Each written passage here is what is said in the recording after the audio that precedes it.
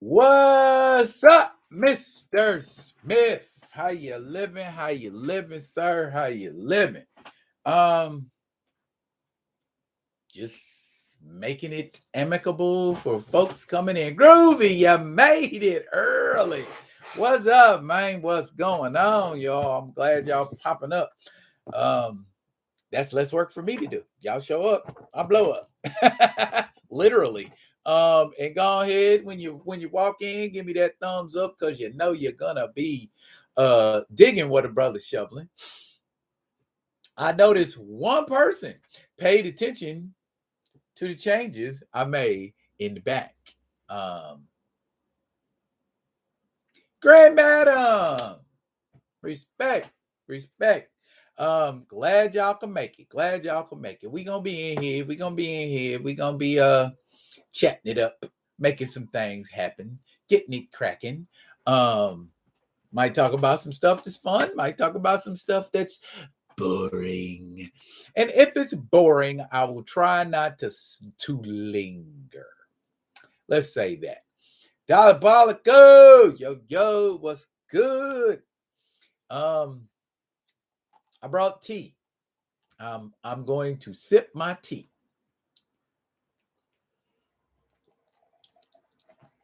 My tea.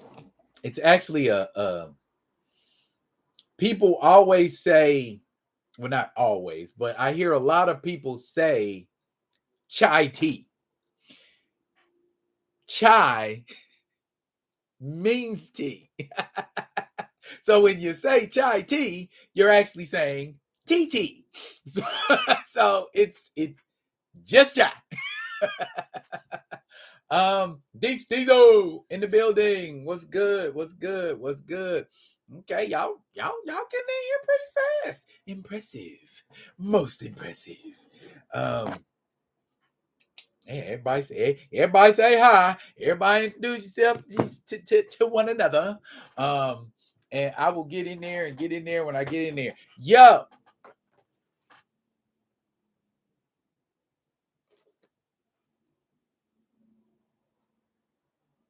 last one I needed to get the set, and it came today. So expect a Puff Adder BAF video this weekend.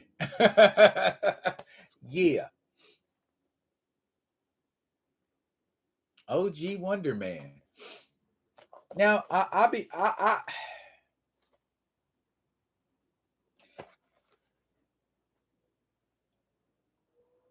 yes, exactly, Diesel. It's like saying aqua water. Yes, that is exactly it. Chai tea. Yeah, literally. Um, Wonder Man. Louis Berry. Louis Berry, I challenge you to not tell me who you want casted in something.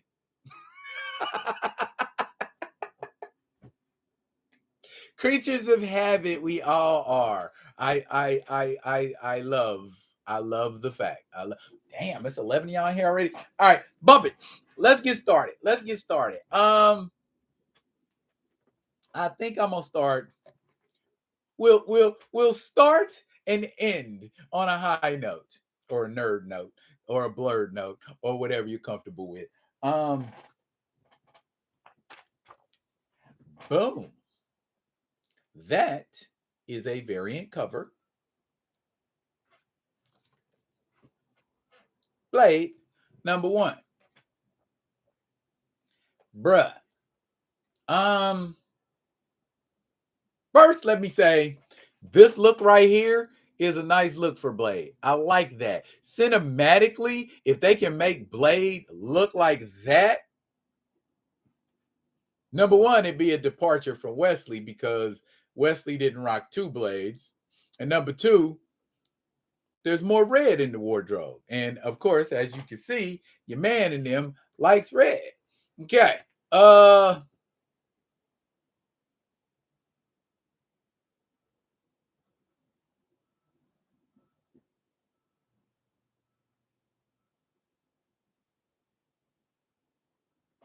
Wow. Okay, okay, okay, okay. Okay, Kamoyo.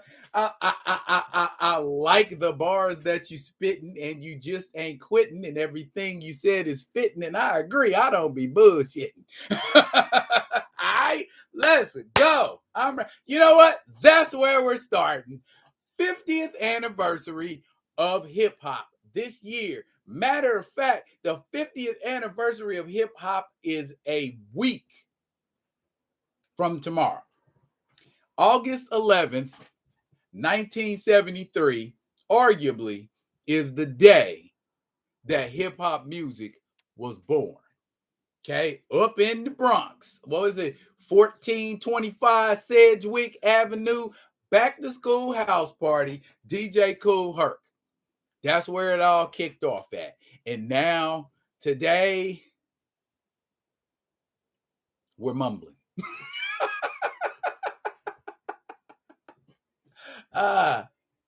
Oh, great. You slinked up in here. All right, my man. Okay, this is finna be a whole party. I guess because Theo took the night off last night. Y'all didn't get y'all fix. So I'm gonna try to hold it down. Like I said, this weekend, since a lot of y'all are East Coasters, it's probably too late. But this weekend they are going to have the Rock the Bells Festival in Forest Hills, and also LL Cool J is doing the Force Tour in selected cities. I know what y'all saying. LL Cool J, LL Cool J. Well, if it wasn't for LL Cool J, you wouldn't have a lot of stuff. You wouldn't have hip hop love ballads. Arguably, you wouldn't have the hardcore diss tracks. Grandmaster Flash and the Sugar Hill Gang was dissing each other, but we don't consider that a diss because honestly, we don't consider the Sugar Hill Gang an actual out of the mud rap group. Right? Because we all know Sylvia Robinson put the Sugar Hill Gang together, but the Grandmaster Flash and the Furious Five is Grandmaster Flash and the Furious Five. I see a lot of people, y'all FUX with Rock the Bells Radio. Yes, every morning, sometime in the afternoon, and I love the mixes on the weekend when the DJs come in, DJ Epps, Chuck Chill Out, Z Trip, all of them, man. My wall may not say it, but I'm a hip hop head all day, every day, twice on Sunday. And I am doing a series on the radio where I'm talking about the 50th anniversary of hip hop. So y'all tune in. Wednesday, the 9th, will be part 2 of it. Out North Radio 106.1. Black Business Mixer. That's the 10 a.m. spot. I will be doing a little thing on hip hop, explaining like sampling, explaining things like how, hip hop evolved from the 80s to the 90s and give y'all examples of. Tune in, man. It's gonna be lit. It's gonna be lit, man. Just suggest. Kamoyo Kids say Sugar Hill Gang was the NSYNC of hip hop. Yeah, they kind of were, because there is a line in Rapper's Delight. I don't know if y'all remember, but I will throw it at you. Damn fly guy, I'm in love with you. The Casanova legend must have been true. That is a lyric literally written by the man who wrote Rapper's Delight. That would be Casanova Fly, also known as Grandmaster Caz. And he even spells the man's name out in the song. I'm the CASN, the OVA, and the rest is FLY. Big Bank didn't write that. Big Bank just, Kaz was his ghostwriter. Kaz was their ghostwriter. So, you know what I'm saying? So when you thinking Sugar Hill Gang got bars, not really. Grandmaster Kaz got bars. Period. Hey, Keita, you are just in time, Queen. We up in here talking about the 50th anniversary of hip hop, sis, which will be on August 11th. That is also my wife's birthday.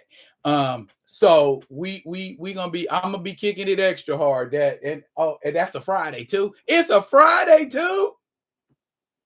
I think we're going to have to get extra hip hop that night. Are y'all doing anything for the 50th anniversary of hip hop? That's me. I'm kicking in on the radio. I'm kicking in the neighborhood. I love hip hop. I tell people all the time, hip hop is not a form of music. Hip hop is a lifestyle. And it's a lifestyle that I have lived off and on, well, not off and on, but to the fullest as I could, given circumstances, for the better part of what, 40 something years. So hell, longer than that, because my first introduction to hip hop was Planet Rock. I mean, like, that wasn't mainstream manufactured. It's Planet Rock. Africa Bambaataa. So it was like, I like that. Plus, I found out, folks in the Zulu Nation was, new gods too. And so it was like, okay, I didn't know that could be done. So, that was an introduction too. Gray say, Rapper's Delight came out the same year I was born. Damn, dude. Okay. All right. That's okay though. You still ain't no spring chicken. Far from it. Yeah, Grandmaster Kaz, yes sir, yes sir, yes sir. Kamayo Kid said he set his alarm to catch the show. Brother, can't say nothing but respect. Nothing but respect. If folks feel I am important enough to have an alarm set to catch me, I cannot say nothing but thank you. I appreciate the hell out of that. And I will continue to try to be worthy of alarm settings. Let's see what y'all talking about in the chat besides hey, hello, hi, how are you? A lot of hey, hello, hi, hey, hello, hi. LL was here last night performing. I missed him. Force tour, Grand Madam. He's doing the Force tour right now. He's on tour. He's hitting a different city every night. And the cool thing about it, every city he's hitting, it's a different set of artists on the slated to perform.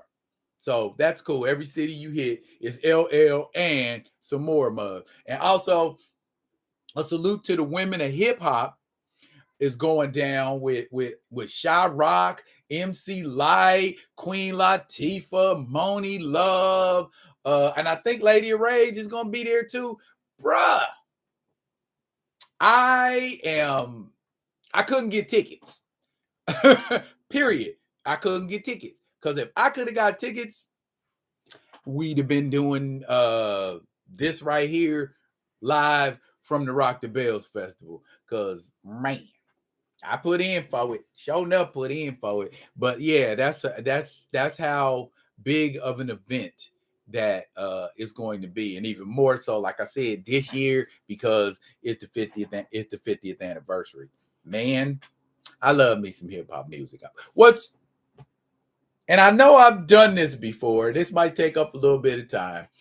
Who is your top 5? Give me your top 5.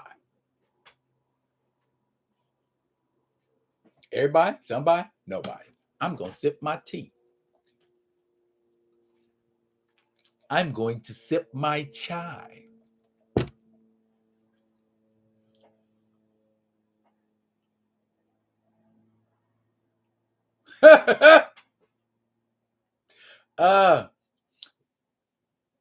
That album cover was etched into my brain early on. Rapper's Delight? Why? Um, at Grand Madam, at D Diesel. Okay, that's Keita saying hey to everybody. D Diesel said, I was 4 years old in North Chicago when Rapper's Delight dropped. Chris O'Donnell didn't know about LL's rap career before NCIS LA. He loves Cool J cookies. Love that. Love that reference. That also was the song that made LL a sex symbol. No rapper can rap quite like I can. I take a muscle-bound man and put his face in the sand. Not the last mafioso, but a MC cop. Make you say go LL and do the WAP. If you think you can't outrhyme me, yeah, boy, I bet. Because I ain't met a mother who could do that yet. Trendsetter, I'm better. My rhymes are good. I got a gold nameplate that says I wish you would. Bruh. They don't make them like that no more. They don't make them like that no more. And Muggs sleep on Cool J. He don't never be in nobody's top 5. And as many MCs as he done roasted, as many fire ass joints as he done put out, never in nobody's top 5. Why? And he the only one that's in the Rock and Roll Hall of Fame. Excuse me, Run DMC are in there too. But see what I'm saying? What's that, y'all? Oh, yeah, somebody finally said something about the top 5. Okay, Kamoyo Kids' top 5 are Chuck D, Rakim, E40, Missy Elliott, and Immortal Technique. Okay. Big Pun, rest in power, is still my favorite Puerto Rican lyricist. Bruh. Dead in the middle, a little Italy, be middle, 2 middlemen who didn't do diddly. Man, that line alone. That line alone. I'm like, dang, big boy got some bars.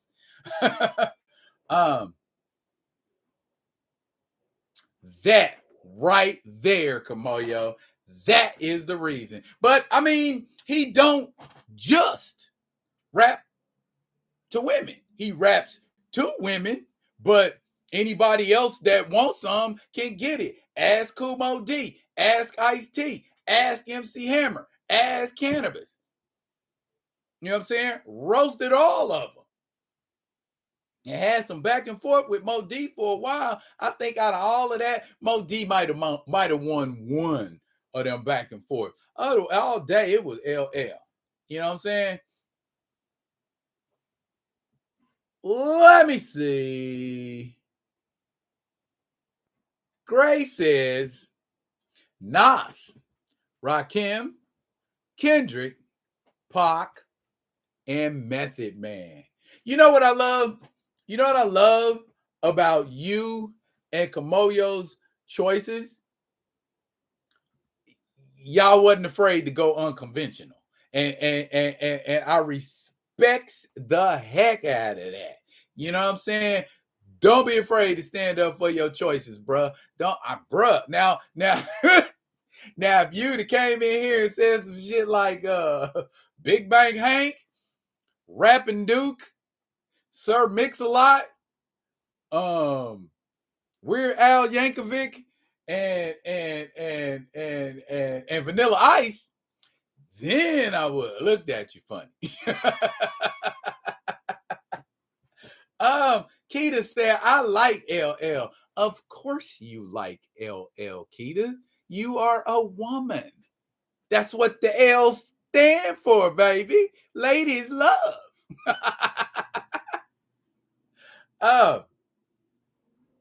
I listen to everyone. You know what?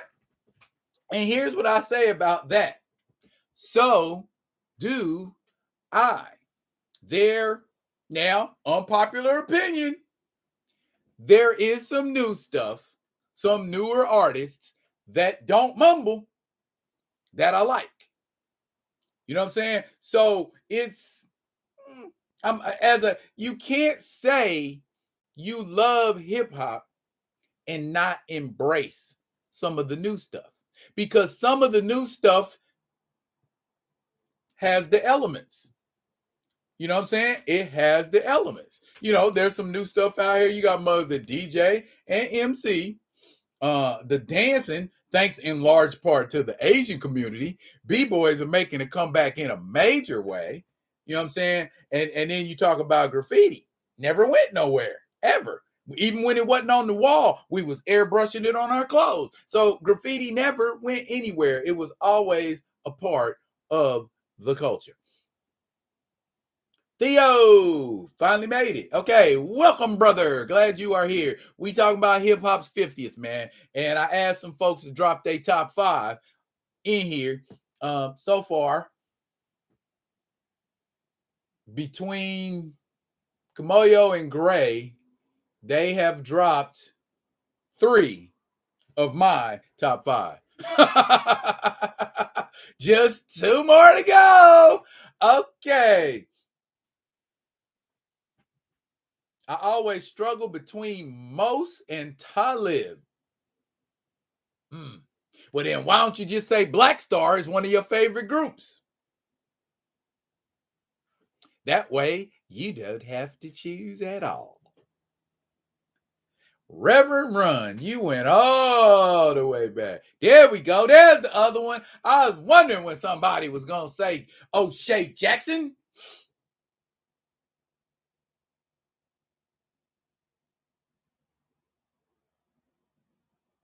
K. Dot, Skepta, Giggs, Stormzy, and Denzel Curry are some of the newer stuff I did. Okay.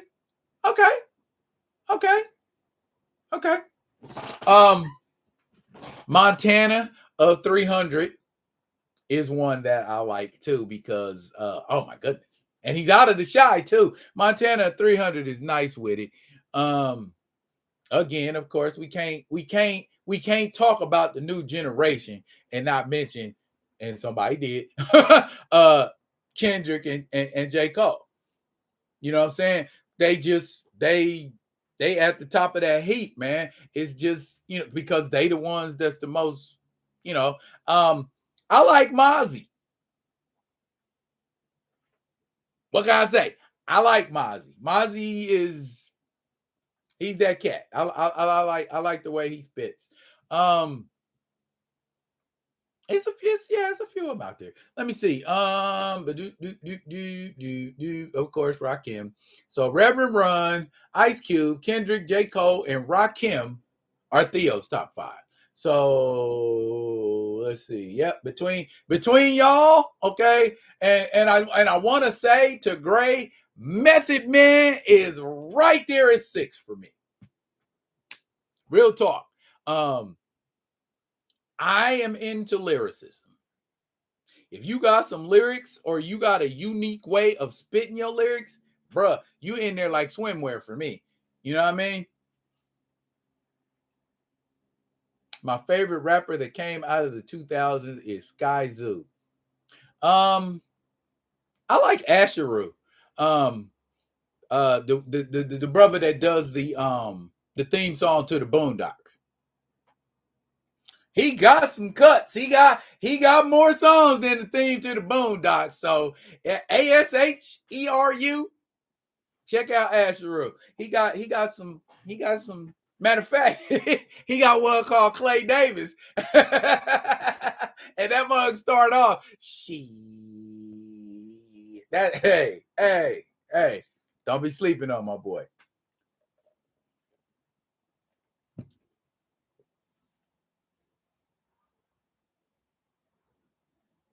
My favorite group is EPMD, then Gangstar, then Public Enemy, then Wu-Tang. No OUT Cast? No OUT Cast? No NWA?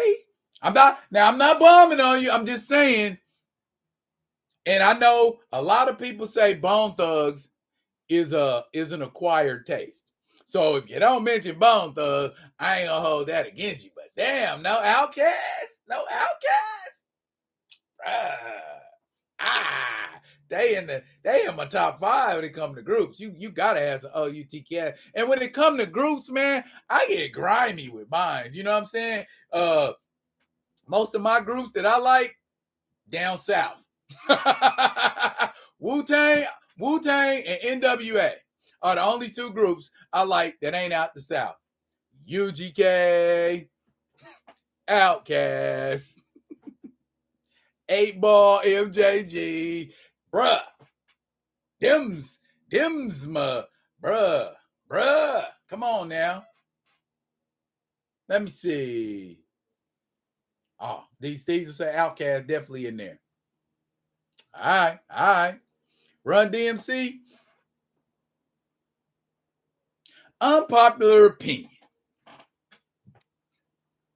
I liked Run DMC up until after the Raising Hell album. At the Raising Hell, and they didn't do nothing else. Now, if they would have did something else or something worthwhile, because you can say what you want to say, Tougher Than Leather was not a good album. It just wasn't. And they already in the Hall of Fame, so it don't matter what I think. I liked them when I was young, but as I got older, you know, my taste evolved more, and I wanted it more lyrically from them. Unfortunately, they were only able to, like, you know what I'm saying, plateau. You know, they plateaued with Raising Hell, just like Grandmaster Flash and the Furious 5 plateau, and you just, no matter what it was, you couldn't get nothing else out of them. You know what I mean? Music wise, originality, or them evolve to that next level, or, you know, evolve their style a little bit so that, you know, they could be more appealing. Just what happened. Paul Martin, what's up, man? 50th anniversary of hip hop. We talking about it. Folks discussing their top 5. That's where we're at right now. Been doing it for almost 30 minutes. We're gonna have to get off into something else here in a second. Goody Mob. Yes, sir. Most definitely. No love for 3-6 Mafia. Don't say that. I was talking about my 5, but I got all up and down. Most of the groups in the South, Ghetto Boys. Come on now. I sit alone in my 4-corner room staring at candles. At night I can't sleep. I toss and turn. Candlesticks in the dark. Visions of bodies being burned. Bruh. Yeah. And Scarface. Matter of fact, I'm surprised didn't nobody put Face in their top 5. Queen Latifah is my fave, but she's from Jersey. Grand Madam, is it a bad thing to be from Jersey? Two Live Crew. Yes, sir. Nasty as they want to be. Yeah, because when they did that video, whichever one it was, with the swimsuits, but not because of the swimsuits. Yeah, because of the swimsuits. I'm lying. I was like, what, 19, 20? Yeah, it was because of the swimsuits. Sue me. They were afraid to leave their niche. You talking about Run DMC? It feels like that. It definitely feels like that. And everybody just kind of evolved around them, and it was like y'all on Def Jam, and everybody on Def Jam is fire. You got LL, you got Slick Rick, you got Nicky D. You know what I'm saying? Bruh, you got to come with it. And even getting them a different producer, you know what I'm saying? They started messing with Pete Rock, and Pete Rock couldn't even save him. So, you know, it was time to move on to other stuff. Only 5 spots, LOL. Nah, not really. I mean, because it depends. You know what I mean? I got a core 5 that I'm going to love no matter what, and then there's everybody else. Unpopular opinion: Pac is not in my top 5. Ooh. Great storyteller. Great storyteller. Again, there is stuff that you can do to make people go, I see what you're doing there. Now, people always ask me, okay, you don't got no love for Pac? Not true. I think Me Against the World, another unpopular opinion, is Tupac Shakur's best work. Fight me. We can fight right now in the chat if y'all. Me Against the World, Tupac Shakur's best work. I can listen to Me Against the World from song 1 to the last song and not skip any of them. That's how good that album is to me. And you doing something if you keep me transfixed listening to a whole, you know what I'm saying?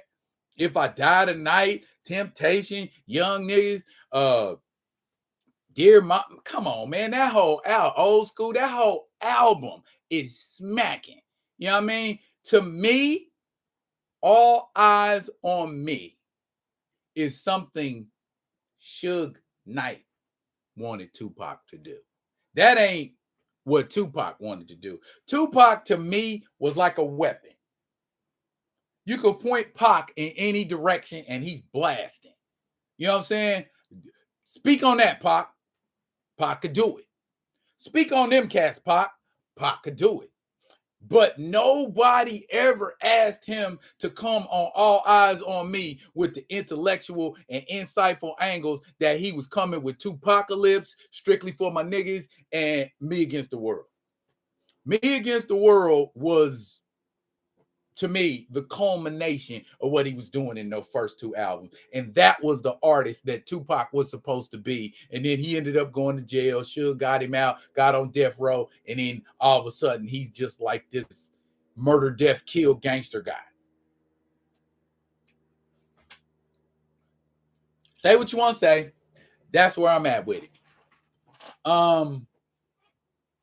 Never thought about my top 5 rappers. Well, you can tell me about it later then, Mr. Martin. These Diesel said Pac's dope, but he's not on my top 5 either. Okay. Pac's best material was Before Death Row.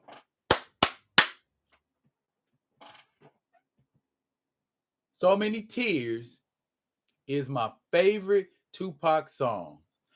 Off of where? Me Against the World. What did we just talk about? We didn't look at top of the chat. Top of the chat, sure. Talking about hip hop 50th anniversary. People forget about Digital Underground. I don't.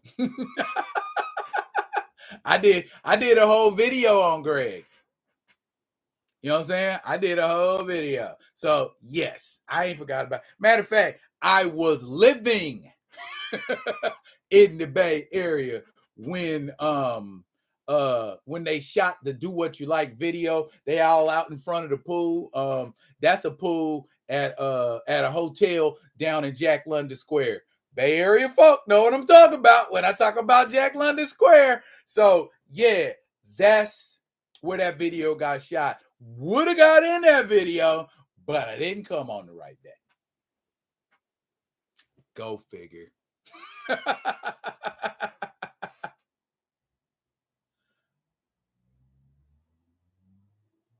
Mad Substance, pre-death row Pac.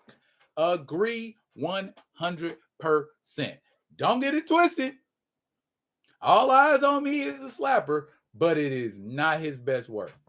Unpopular opinion. A lot of people just like, all eyes on me, all eyes on me, all eyes on me. No, not all eyes on me. Where You Got De La Soul. De La Soul, same kind of thing as Run DMC. You know what I'm saying? The first album with Potholes on My Lawn and Me, Myself, and I and Saturdays and all of that, that was a dope album. And then the one after that was good. But that one with Stakes Is High on it, that was the only song I liked on that CD, was Stakes Is High. I mean, I like De La Soul. I like, native tongues, but I don't know.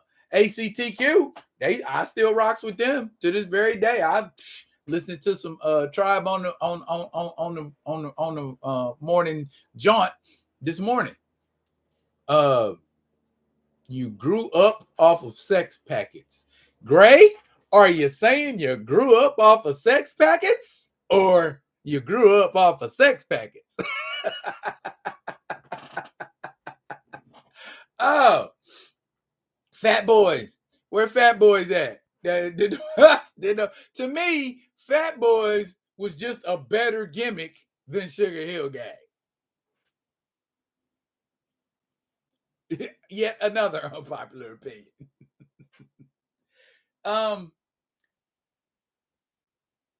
Speaking of Fat Boys, I do not know how many people watched the video I posted today about Philadelphia FatCon. Did anybody watch that video besides Grand Madam Taro? Okay. There is a convention that's going to be held in Philadelphia, Pennsylvania in October the 28th and the 29th, I believe. And it is a convention for fat people, featuring fat people, by fat people.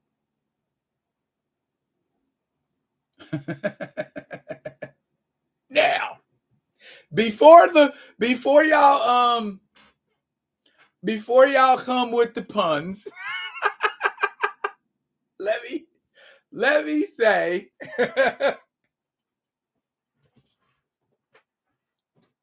what is Juneteenth?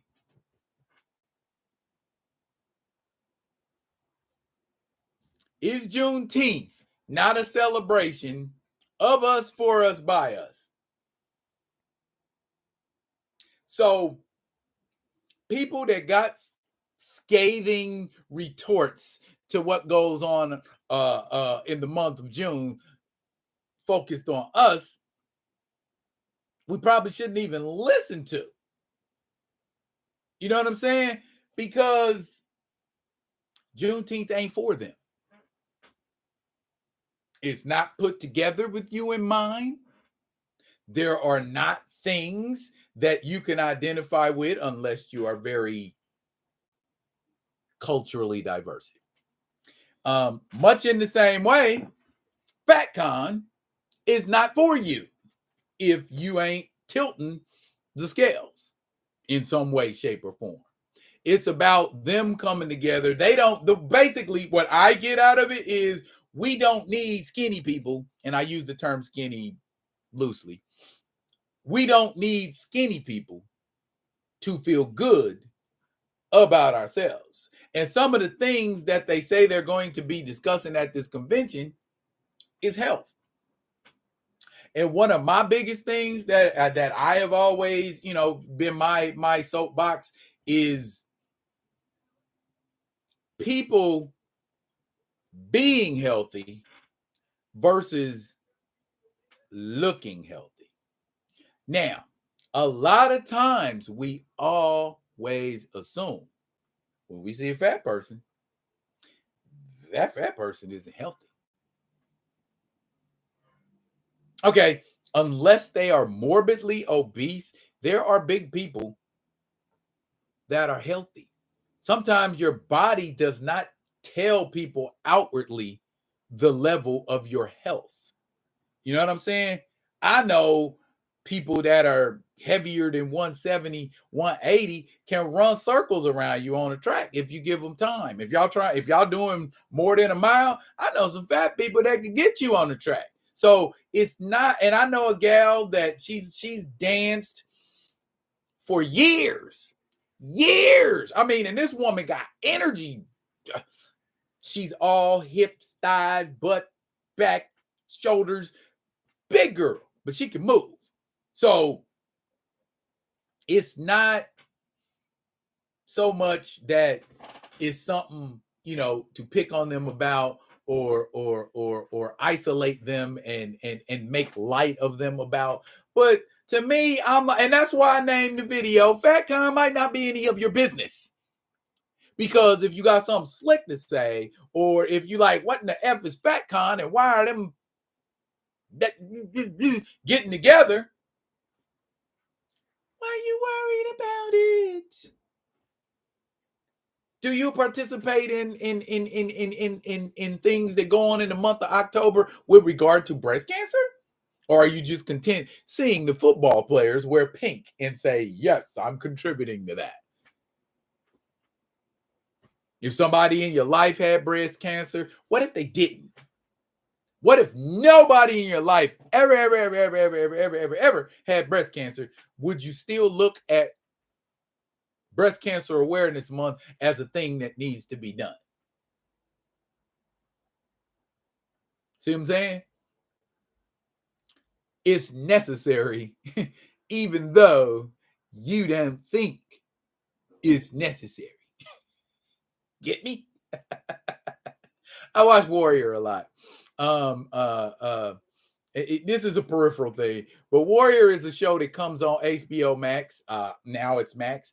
Based on the writings of Bruce Lee, and it's basically the show that Kung Fu should have been. And they talk like that. I don't expect any bullshit out of you. You get me? You know what I'm saying? Kind of gangster. And there, it's different tongues and martial arts and all of that. If you ain't watching Warrior, watch Warrior. It's actually a pretty good damn show. What we got? Y'all still talking about hip hop. Y'all like F Fat Con. I'm on hip hop. Diabolical said he didn't know Fat Con was a thing. Kamoyo Kid's wife is confused by Fat Con. Poor Righteous Teachers. That one album. Other two albums, can't nobody even name Poor Righteous Teachers' other two albums. I challenge you to do it without Googling.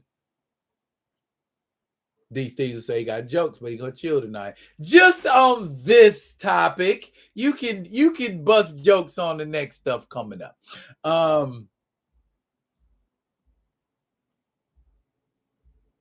Props to those ex-NFL linemen that lose playing weight upon retirement. Salute. Good look.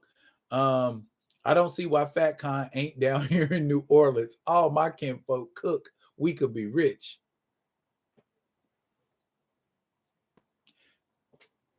You can throw your own Fat Con. Fat Con in Philly is the first Fat Con that got national attention. Look up Seattle Fat Con. So if you want to do a New Orleans Fat Con, you could totally do that. Mr. Ray Smith said, Warrior is fire. Yes, it is, man. And just the last episode, Shannon Lee, Bruce Lee's daughter, was in that episode. She could probably go to Fat Con. She's picked up a little weight, but she's still cute in the face, even though she's, getting up there in age. She's still, that's that mixture. Keep you looking vibrant. Kamoyo Kid said, we call it Essence Fest.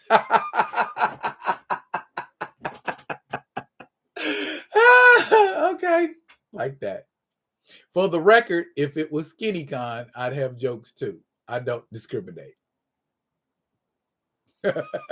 Okay. Gonna be on ground floor. Don't understand, Mr. Martin. Clarify. Ground floor for what, sir? Bang bang. Okie dokie.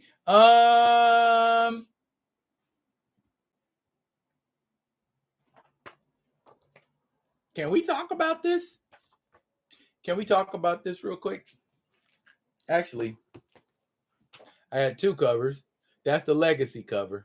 I saw the main cover at my LCS, but it didn't jump out at me. So, Diabolical Nerd say you got Shannon Lee's autograph. I'd be more impressed if you had Shannon Lee's phone number. I'd like to call her and ask her some questions, a lot of questions, and we could actually contribute to making Warrior an even better show than it is. Mr. Smith, he say, "Yeah, I saw that. But she never to her credit, she never was a small girl. Shannon Lee was always thicky Ricardo. Where I saw her at, she just like, forget it. I'm married. I'm happy. I don't have to look good for none of y'all." Did I see the latest episode? I have not seen the episode that premiered today. I have to watch that one. But I saw the one like I said, I saw the one where they went to the town and Assam messed up everything by going back and beating the crap out of them dudes. And and then his dad got Young June's dad got dementia, and he was out in the streets, and dude from the other tongue brought him back, because he was lost. Yeah, I saw that. Yeah, dementia's a real thing. Dementia's a real thing. They didn't even know how to deal with it back then. If I remember correctly, Blade first had the black and red colors in the early 90s. Yeah, he did. But what I'm saying about this, that should be his new look.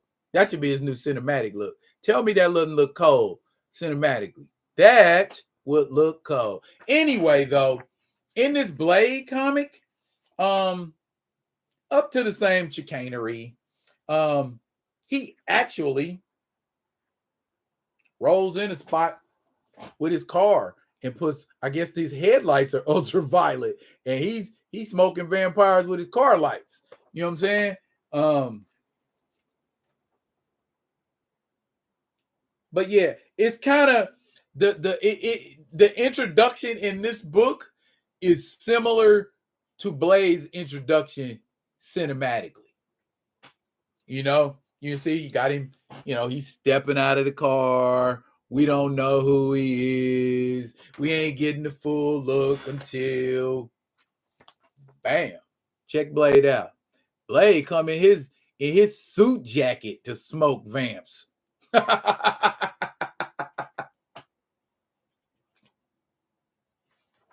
He told him, which one of y'all thinks y'all are the bad guy tonight? Yeah, Mr. Smith, Joe Taslim. It's got a lot. Look at that.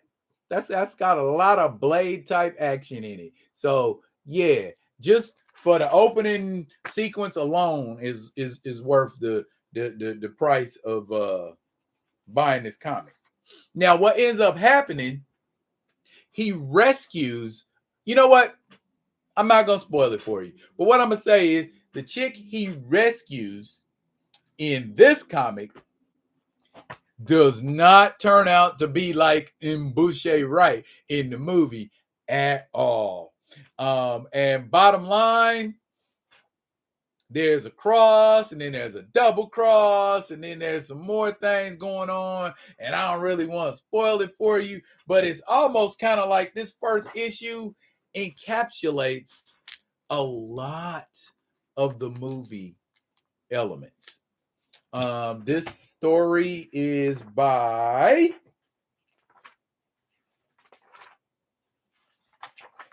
pardon me. It's a nice ad for Black Panther in here too. Brian Hill is the writer, and Elena Casagrande is the artist. And that's nice. I got to find the Peach Momoko variant. I love Peach Momoko's variants. They're soft and hard at the same time. Yeah, T'Challa and Joe, recast T'Challa, definitely. Gray said that's dope. Mahershala Ali is going to look like Richard Roundtree in the latest Shaft film if they keep waiting around. Bruh, come on now. Jeffrey Lane, what's up, my man? D. Steezer said, but not surprising. His daughter got a new comic before him. You know what? I can't get into it. I can't get into it. I tried. I can't get into it. I got the first issue. I read it. I was like, They on issue 5, and I ain't tripping. Secret Invasion explains what is going on in real life right now. Aliens. Kamoyo Kid say, if a Blade film had the cinematic look of Sin City or The Spirit, would that be dope?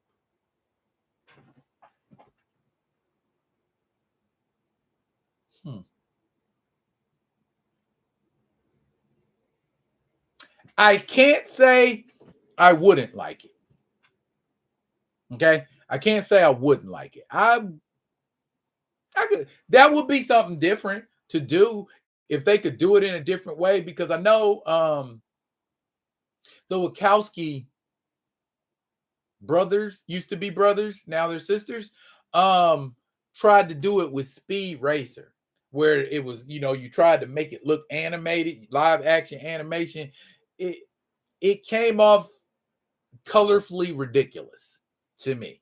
If it's done right, yes, it could definitely be done. These will say Ali gonna look like Morgan Freeman, bruh. My man already 50 now. By the time y'all get him in the Blade gear and get the filming, he gonna be 54, 55. You ain't gonna get no mileage out of him unless y'all do like Samuel L. Jackson. But Samuel L. Jackson ain't doing a lot of action sequences in the stuff that he's doing. So yeah, it's gonna be a whole different dynamic if y'all have an old Blade in the MCU. You know what? MCU need to go somewhere anyway. They are dying a slow, painful, stupid death, and the people who are in that place are killing it. So her run feels like Buffy the Black Vampire Slayer. Very reason why I ain't effing with it.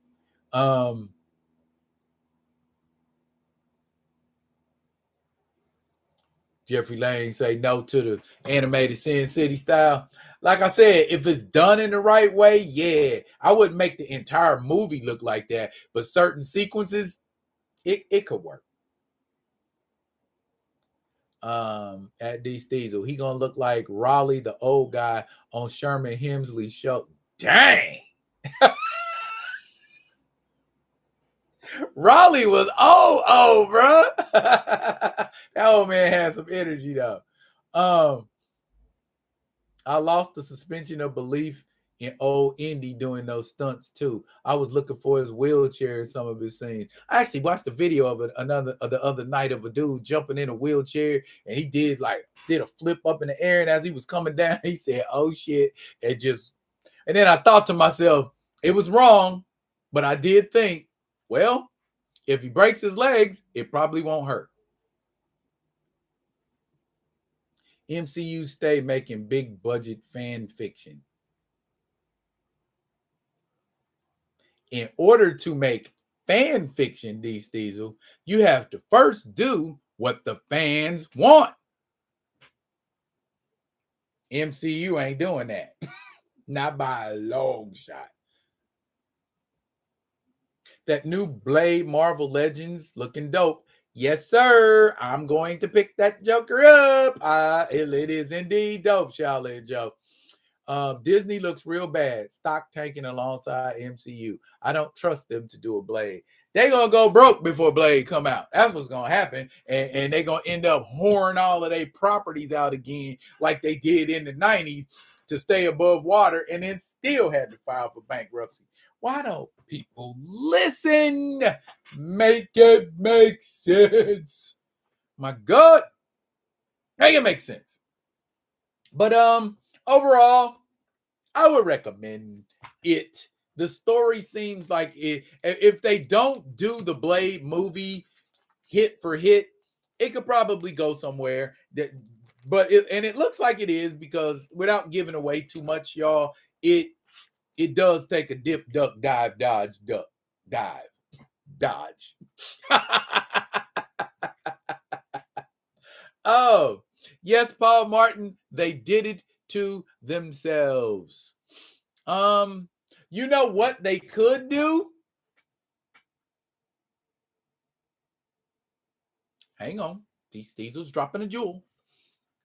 What I mean is fans will write their own stories based on IPs. Most of them are bad, in my opinion, because the characters are unrecognizable.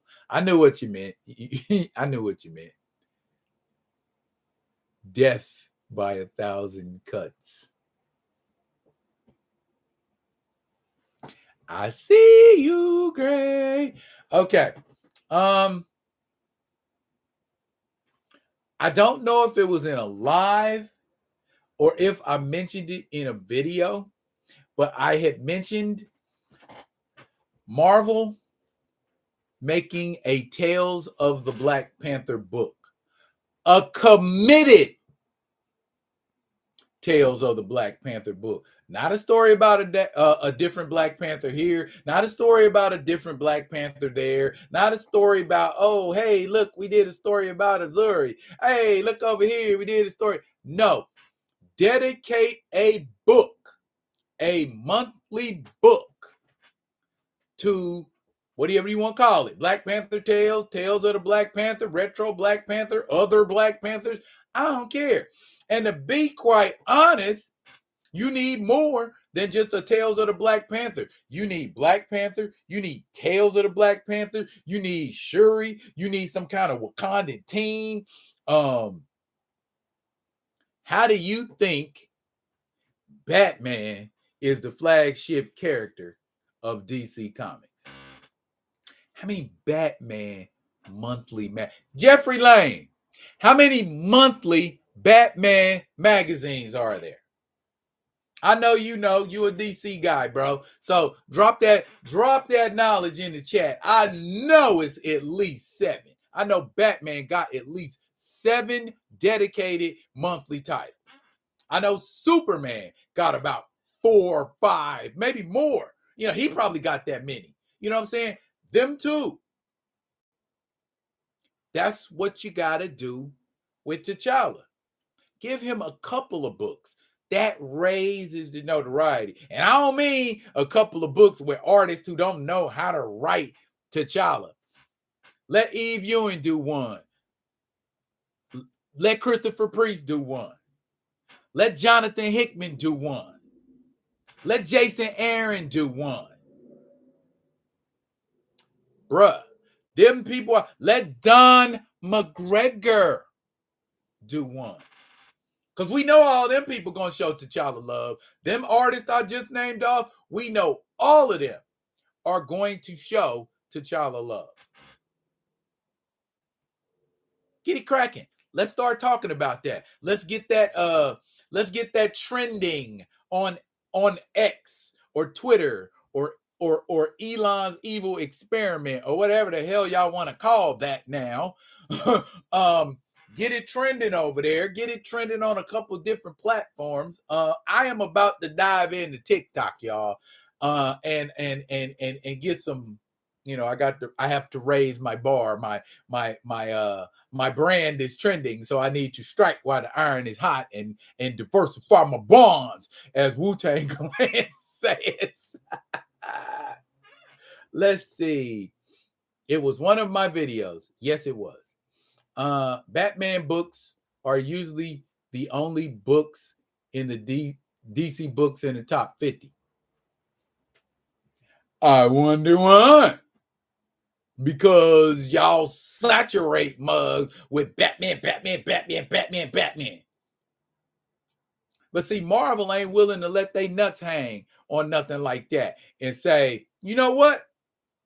Let's just go ham on T'Challa. Let's do T'Challa merchandise. Let's do 3 or 4 different T'Challa books. Let's do a Black Panther animated series. How many animated series has Superman had? How many animated series has Batman had?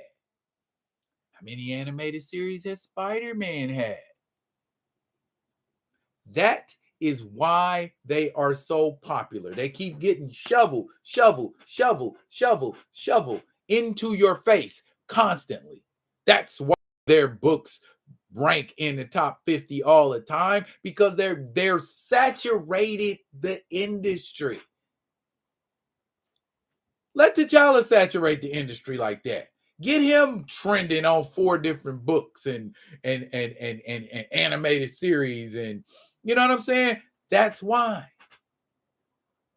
When we talking about T'Challa not getting no love and people not showing T'Challa the respect he's supposed to get, that's why. That there is why, ladies and gentlemen. Dag. I've talked about 4 categories already, and I only have 5. Let's see what we talking about here. Saturate the market with Black Panther books with each their own tone. Tone, whatever. I just do it. I don't care how it come off. It's got to be good writing. That's first. It's got to be something that Muggs will get into. It's got to be a story that's going to catch you, grab you, and keep you. Duplicate that over a couple of books. Guess what? They ain't going to have any choice but. Black Panther Classified. I like that, Gray. I like that. Or Black Panther, The Ancestors. And you could put future Black Panthers in there.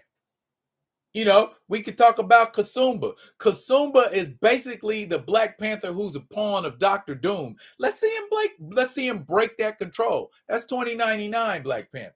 Let's see him break that control. Let's see him free Wakanda from the grip of Dr. Doom. That's a story in and of itself. More than 1 or 2 issues.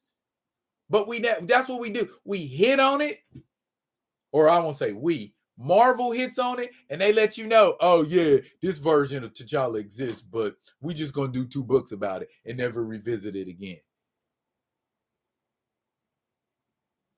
Azari with Avengers Tomorrow. Give him some stuff. You know, what is the Wakanda of the future like Avengers Tomorrow? What's Wakanda like there? Did Wakanda resist Ultron? Were they able to keep Ultron out of their stuff? Or did Wakanda get destroyed too? Let's explore that. It's a bunch of stories you can get off into.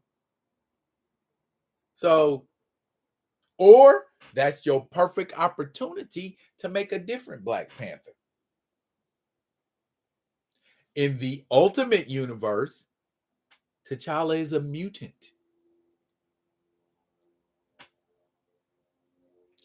Let's do that.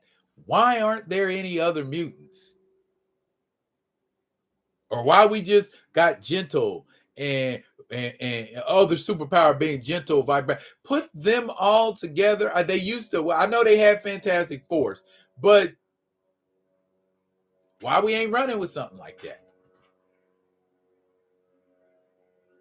Give Queen Divine Justice a book.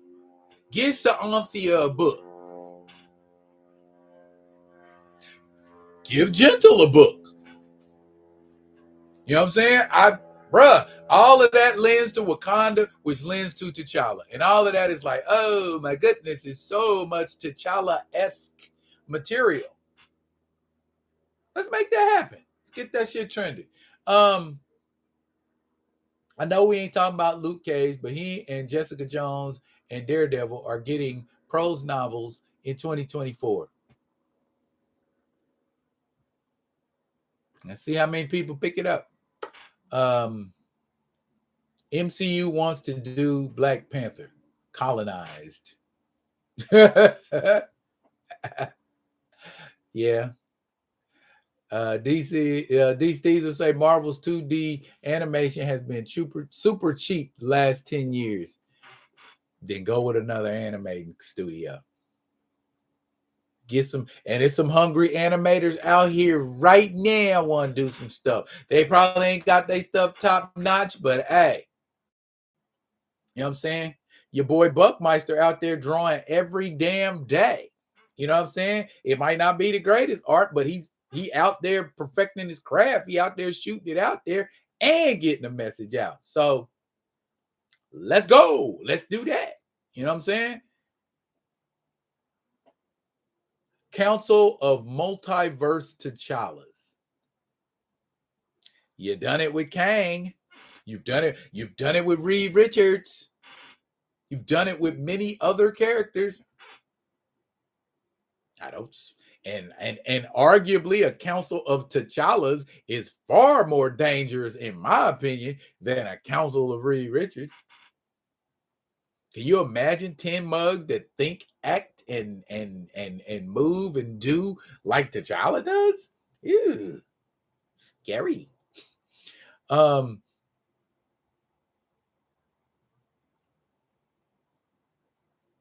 Paul Martin say, interesting idea. Is Shuri too young to be romantically involved with Kevin Bashir's Adam's son? The one that's a bad guy? No, she's not too young. Shuri's not young at all. I think Shuri's an adult. Shuri can fool with who she want to fool with.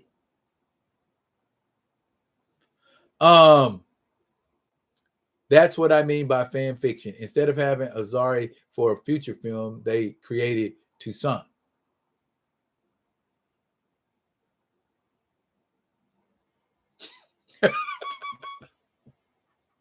Mr. YouTube 92. Isn't Chimeria, T'Challa, and Aurora's daughter still in the 616 timeline?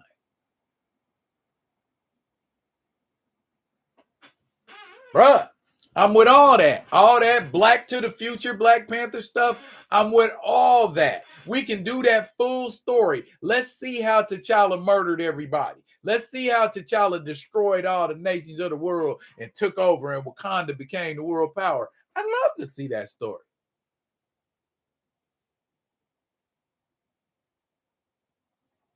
Basically, we need a Pantherverse. Comics, cartoons, novels, shows. Bam. Give T'Challa the Peter Parker treatment. Put your focus on T'Challa like you put your focus on Peter Parker. It's 2023. What's wrong with a company having a black flagship character that's not Milestone?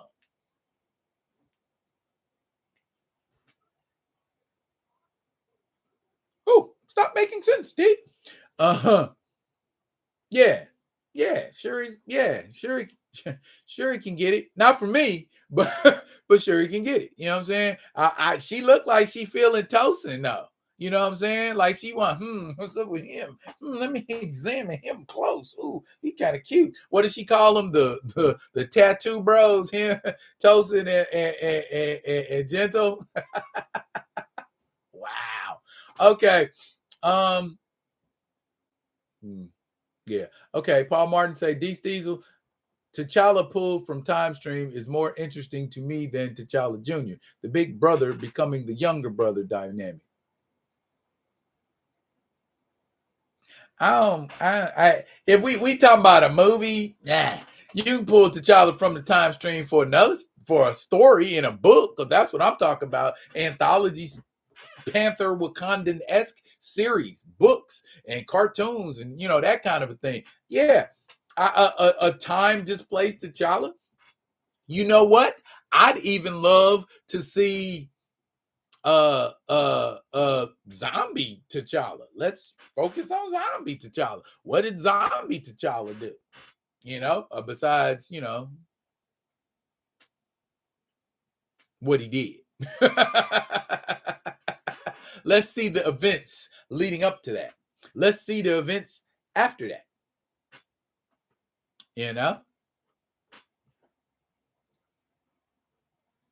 Gray said Black Panther Storm animated show and monthly comic on the level of Batman, Catwoman in the comics, but better.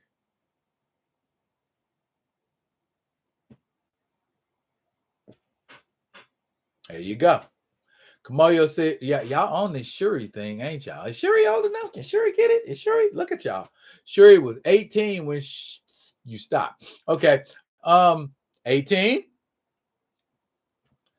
Definitely legal in Wakanda. So there you go. Wolverine had multiple titles too. Main, Weapon X, Origins. Yeah. Yeah. And in the 80s and 90s, Logan was that cat. Oh, Logan can beat Galactus. Oh, Logan can beat Doctor Doom. Oh, Logan can beat Magneto. No, he can't. Yeah, yeah. Magneto snatched his adamantium in the 90s and devolved him into a savage for real. He mutated some more, didn't he? I'm going to sip my tea on that one. Dick Grayson on first flight out to Wakanda. Okay. Y'all, wow. This live has been going smooth as a baby's buoy. And I appreciate all of my folks who come in here and rock with me. Make sure you hit the thumbs up on this right here because more people will see it. I get more comments after the fact because like sometimes folks who didn't make the chat will drop comments in there, and y'all bombing that thumbs up brings this to more people's attention.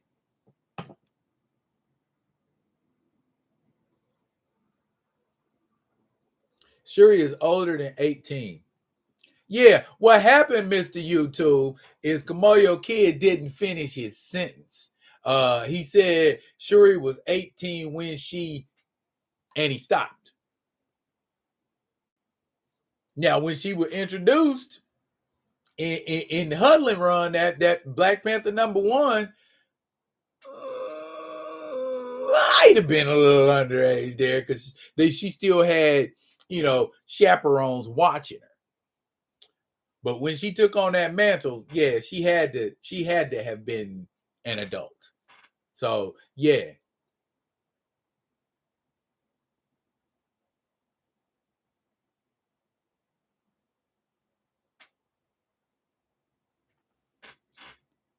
Yeah, she was a teen when introduced, but we talking about sure, we talking about if she old enough to breed and do all the wonderful things that we love to have women do for us when we're in love and want to make them or we want to wife them or get in a committed relationship with them.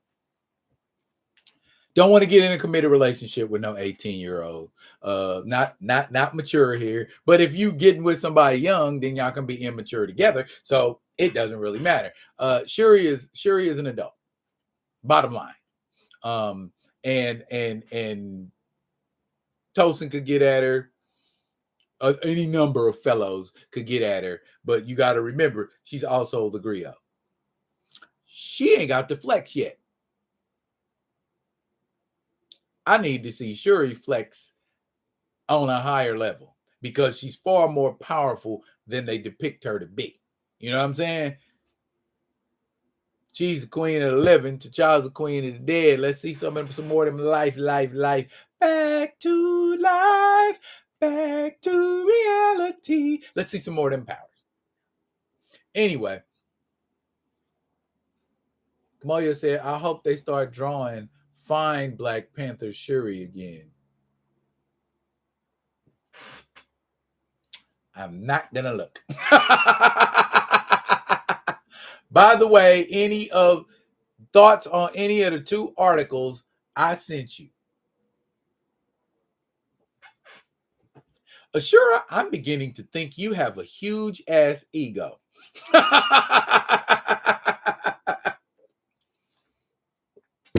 You better mention my shit. If you don't mention my shit, I'm not going to be your friend anymore. You know what? Perfect time to mention them.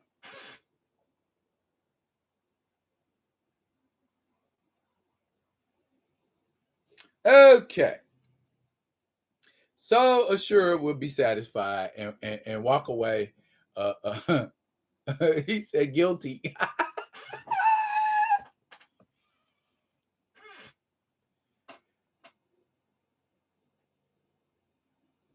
Sure, I don't think Shuri want a computer geek. I think she want a man can handle himself and can handle her. And I don't think that I forget the boy's name, but I want to say Flea. Was he somebody? He was yeah. Anywho, ladies and gentlemen, I got some articles from the one and only Ashura, and they probably reflect a popular opinion, one of them, and the other one probably not so much. But here's the thing. Rolling Stone. Rolling Stone. Rolling Stone came out with another one of their bullshit ass lists. Okay? 50 greatest superhero movies ever. Now, when we say greatest superhero movies ever, we're not just talking about the MCU. We're not just talking about DC. We're talking about superhero movies, period. Now, originally, Rolling Stone had Zack Snyder's Justice League as the greatest superhero movie ever. They changed it.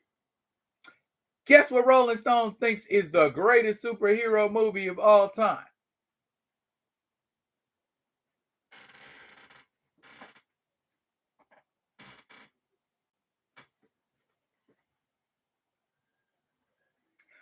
Zack Snyder fans are furious. Who gives a rat's ass?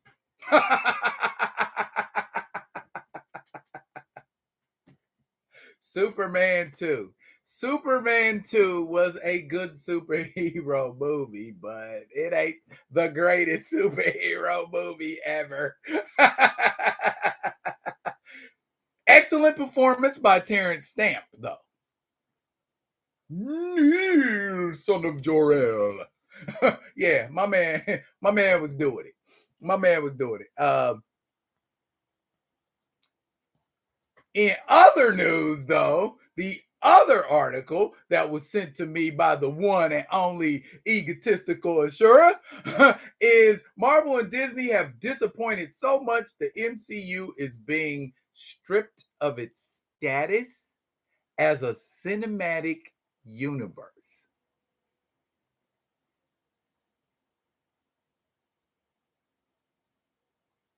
Let's let that one marinate for a second.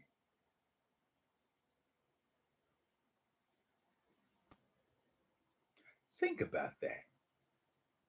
We don't even want y'all to be a universe no more. You're fucking up so bad. Call you the MCU mess. Call you the MCU. Call you the MC. We don't read comic books, but don't call it a universe because that's not what it is. Damn. Would y'all like me to read a couple of excerpts from this article? Why not?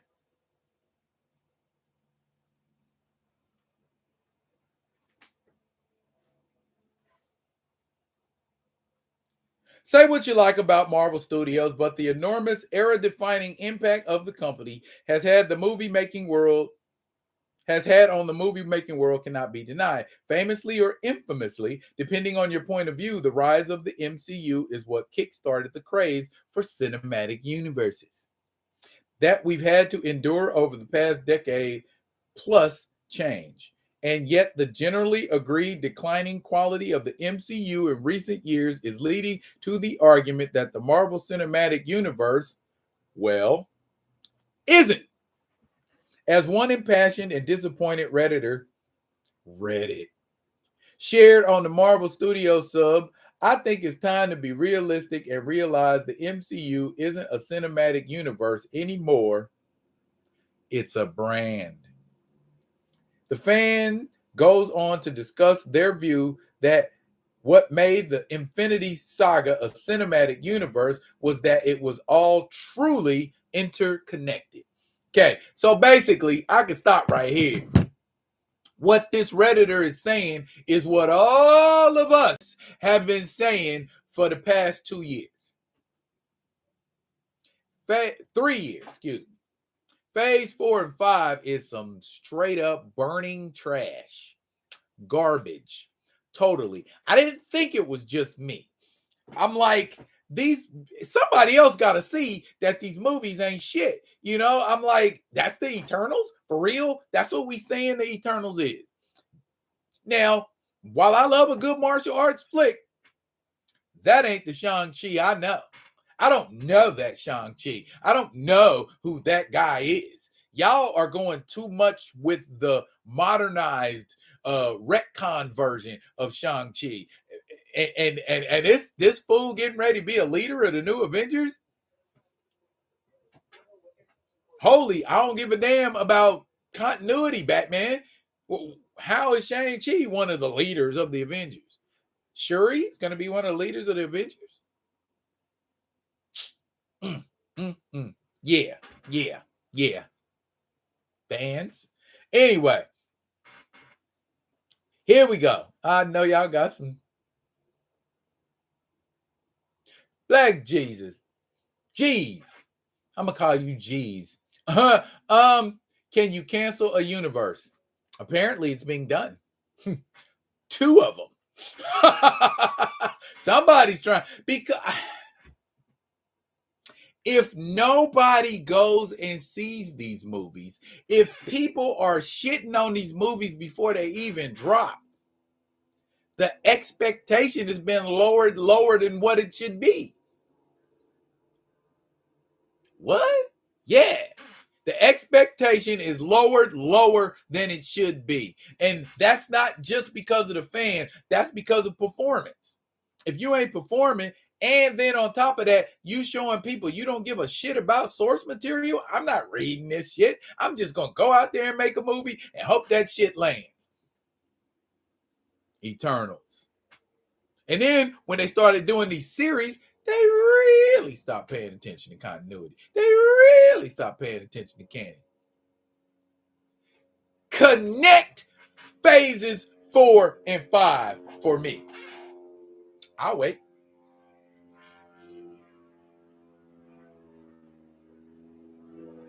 Let's do this.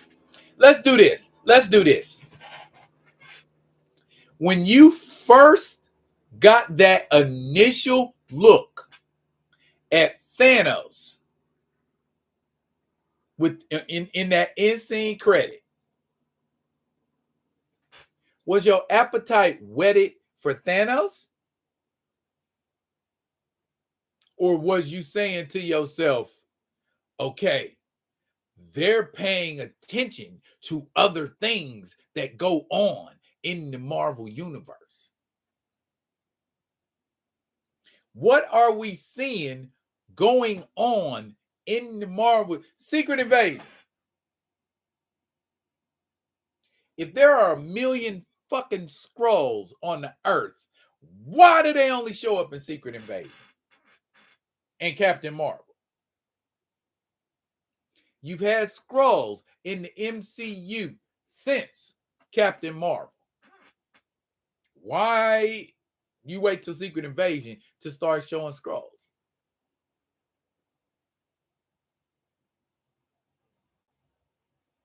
Why are you calling things titles from comic books, but you aren't giving the fans what they want when you throw that title out there? Case in point, Captain America Civil War.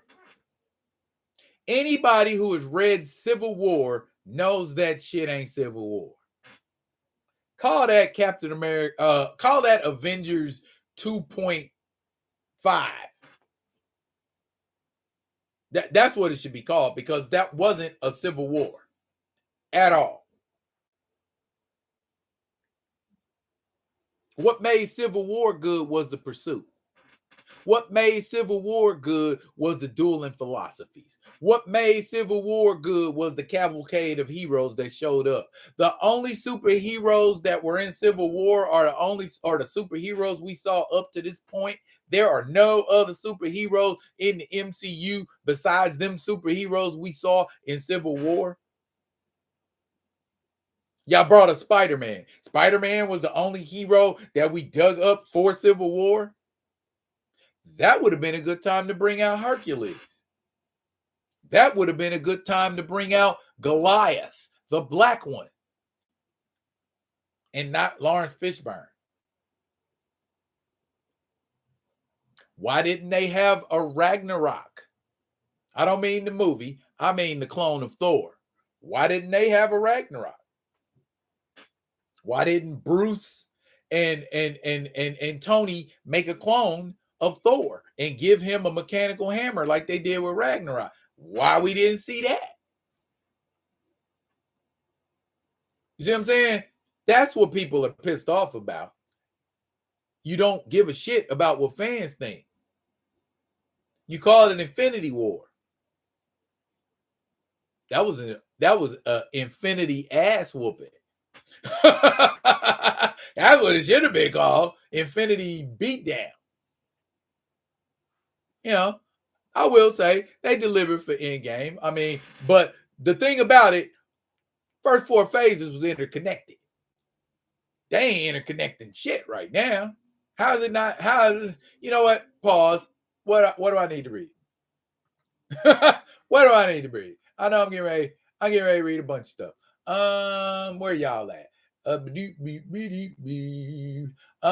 Messing up cinematic universe, mediocre comedic universe. Okay, y'all letting the quips go.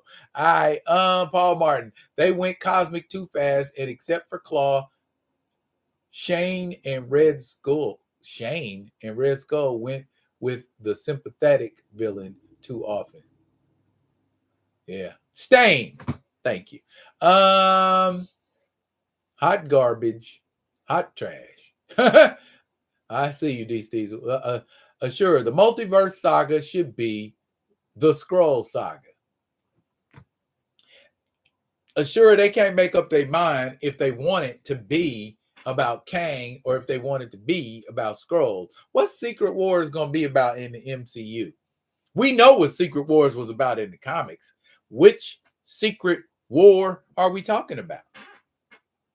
Are we talking about the Secret War where the Beyonders send a group of heroes and a group of villains to a planet to fight it out? Are we talking about the Secret Wars where superheroes go covert to stop some stuff from happening that Nick Fury told them about? Or are we talking about the Secret Wars where Doom sees his ultimate power and becomes a god and reshapes the world in his image? Which Secret Wars we gonna get? Which Secret Wars is more interesting? I bet you we don't get neither one of them. They're gonna pull a little bit from each one because they don't read enough to understand what's going on with it. Will we see T'Challa wield the Infinity Gauntlet? Oh, wait a minute. Anyway, D. Steezel said even some MCU casuals are giving up. Yeah, I can tell you the people I rock with and the people that I keep up on what's going on with the MCU are like seeing it for themselves. I ain't telling nobody the MCU, you shouldn't even fuck with them no more. They trash. They go. I don't do that. I tell them what I see and I say, you can see that for yourself. And then when people be like, hey, are you going to see? I'm not going to pay money for another MCU movie again unless recast T'Challa. And I ain't talking about that little bastard child. Recast T'Challa. No offense to the actor. Kimoyo Kid said lame cheese is more like it. Wow. That Thunderbolts lineup is absurd. Yeah, it is. Kimoyo Kid said the Ass Avengers. Yeah, exactly. MCU just keep taking L's. Yes, diabolical. They do. Chad Kinsler, yo, what's up, my dude? Gray, their expectations are the floor when it used to be the ceiling. Boom. Gray. So you call them the House of Duds? Yeah, because they ain't showing me no kind of ideas. It's looking like hot bullshit. Anywho, damn, y'all was talking. Ashura said you should read Secret Inclusion director's response to him not reading reviews because it was so bad. That pretty much says it all right there, sure. It's sad, and as we say across the pond, it's straight rubbish. Yeah, it is, Jace. MCU does not follow its own canon. Been saying that for a minute now. I wonder when they gonna decide to stop that shit. When they go bankrupt? These Diesel says, and these writers who wrote that crap want a pay raise? It's why I'm 50-50 on the strike. They contributed to this mess.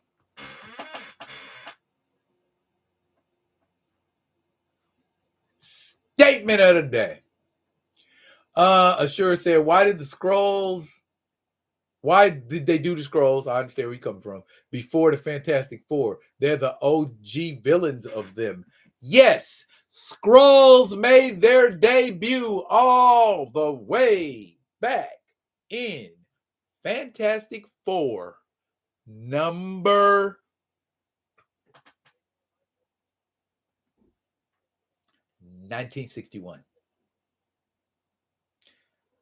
But you're putting the Skrulls on before the Fantastic Four. If it wasn't for the Fantastic Four, it wouldn't be. Let me stop. Paul Martin said, we're supposed to believe neither Heimdall, Danvers, or Skrulls have ever heard of Thanos.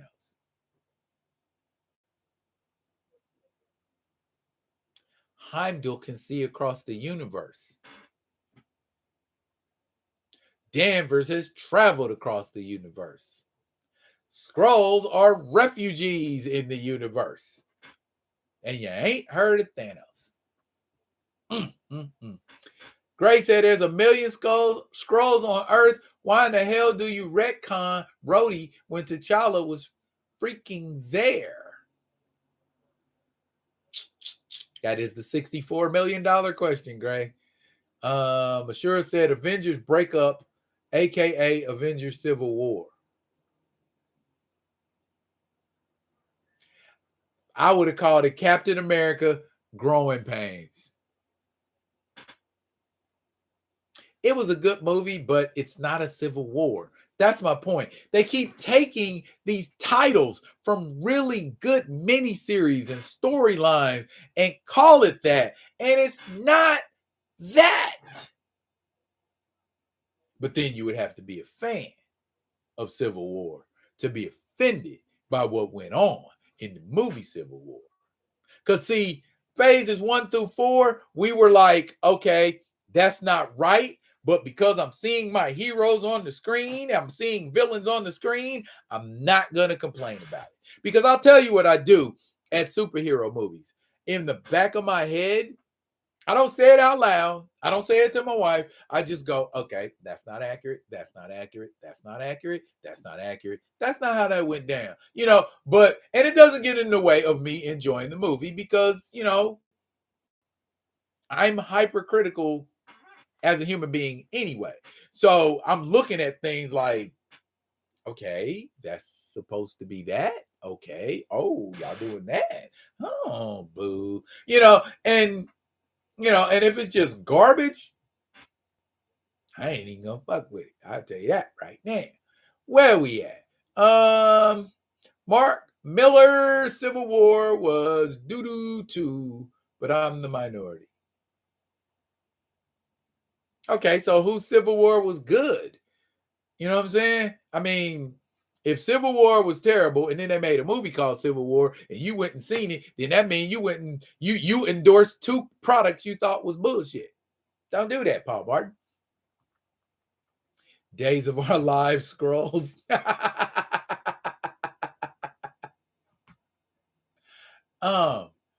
G say as a semi-casual,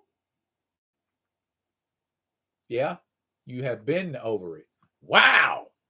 He said he been over it. See what I'm saying, y'all? Admitted semi-casual. And he's over the shit. You see what I'm saying? It ain't just us, man. It ain't just us out here saying this shit's about to die a painful death. And they just think we out here talking shit. But very few of my statements age poorly. Like the guy who said Errol Spence was going to dominate Terrence Crawford.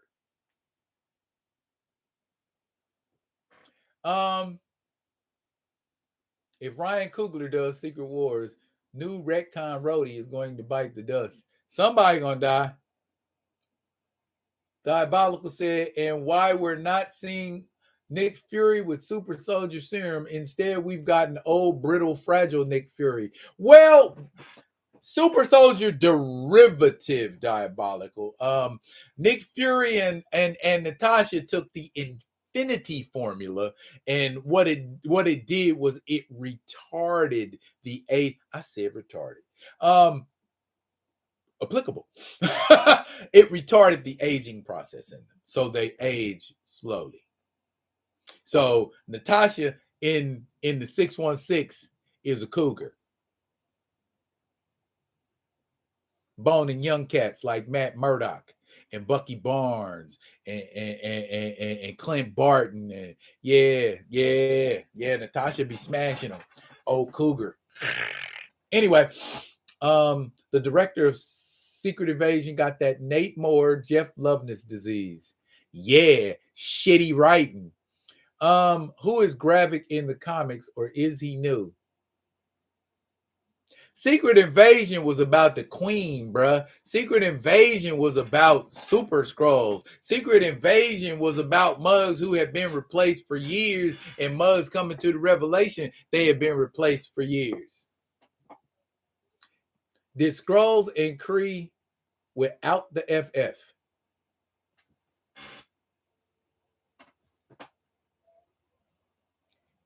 Yeah.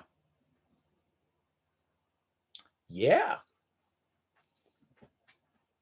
I tell you another perfect opportunity that they missing out on, going all the way over the top with this cosmic shit and doing Secret Wars. The Kree Skrull War.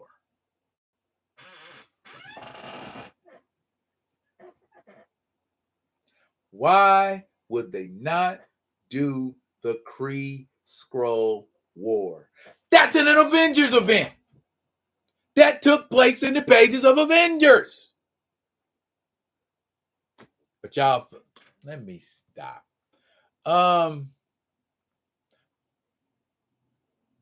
When a friend asks me about an MCU project, I refer them to the origin story and send them a synopsis. Then I watch their tears develop at what they read and what they got on screen. Hey, Jesus tell you, when people come and consult me, I give them the real. I tell them what's up, man. I ain't sugarcoating shit. You know what I'm saying? That what you about to watch is some bullshit. The Marvels, don't even waste your time with it. Because it's gonna flop hard. It's gonna fold like a lawn chair.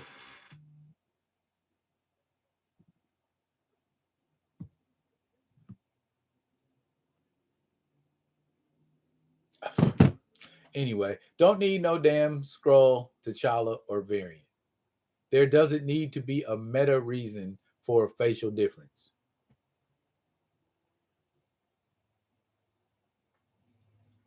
But you need to cover that excuse, Paul Martin, because no matter what you do, when you recast, if they recast, when they recast, positive thinking, T'Challa, it's not going to look like Chadwick Boseman. So you're regardless of what, like James Bond. It's not like that because that's the same person. I get it. People have gotten too smart for their own good. And what I mean by that is this. We have gotten too caught up in we're an age of I need the how, the when, the why, the where. Nobody goes to a movie anymore to just enjoy a movie. They got to have the technical breakdown, and then you got to relate it to how that would work, how the mechanics of it will work in reality. And you equate fantasy to I'm not saying you, but people in general equate fantasy into reality when they're talking about these types of movies, and they spoil the movie for themselves because they are too busy trying to root a sci-fi fantasy movie in reality. Stop that shit. Okay? It's fantasy. It's make believe. Stop trying to give it scientific parameters. I mean, what is it that don't make sense to your sensibilities? You have to define infinity. Stop it. Just enjoy the shit for what it is. If it's unrealistic, that's different. But if it's within the parameters of fantasy, leave that shit alone. Oh, wait a minute. Hey, scientifically, it's impossible to do that. That's why this is science fiction. Stop trying to make the shit realistic. That's the problem. That's a problem. I'm not going to say it's the problem, but that is definitely a problem because I always hear people doing that. Motherfuckers on Quora and Reddit and all of that. I'm explaining why and blah, blah. How come Black Bolt's scream can destroy a city, but Thanos can tank it? God damn it, because he's Thanos. Stop trying to get this explanation that you can wrap your head around. You know what I'm saying? I always tell people, suspend your belief. You don't watch Snow White and the Seven Dwarfs saying, how come them dwarves didn't gangbang her? You simply go with the... How come you don't go... Goldilocks was the first Karen. Goldilocks was the first white woman to appropriate shit.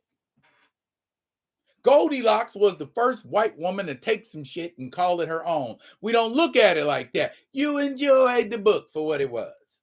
You see what I'm saying? Don't do that. Stop with the it must make sense to me stuff. I mean, within certain parameters, yeah, but just you coming with your scientific analysis hat on every time, you spoiling the experience for yourself. Because no sci-fi movie is ever going to meet your real expectations.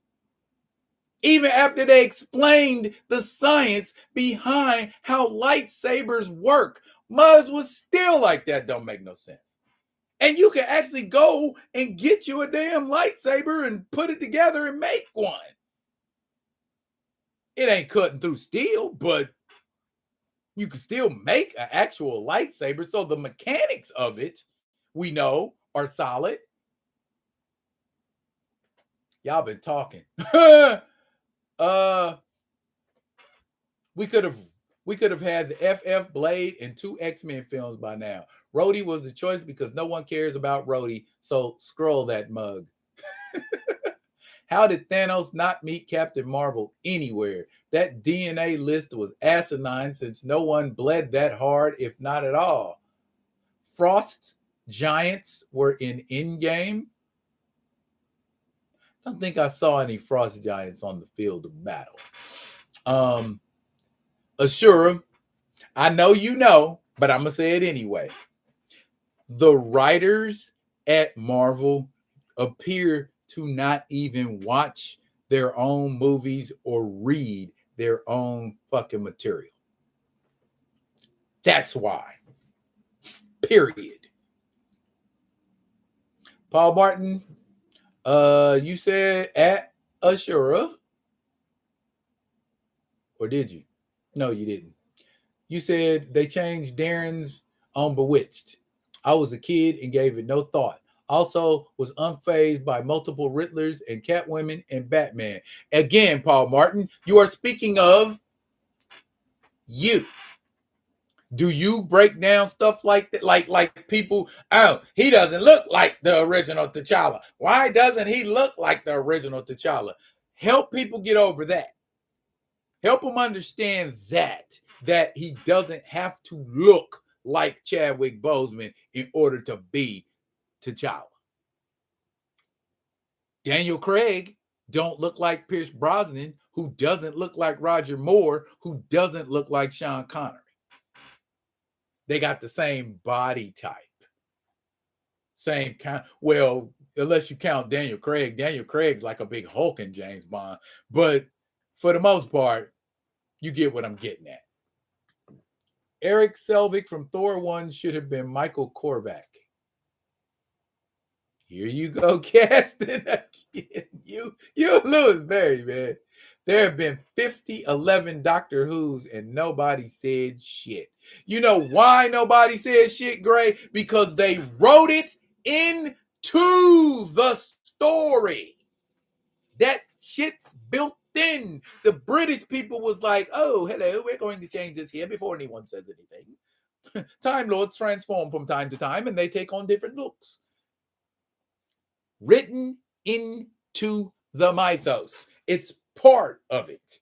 That's why nobody says shit about Doctor Who, because they saw that coming and was like, oh, let's head that bullshit off at the pass.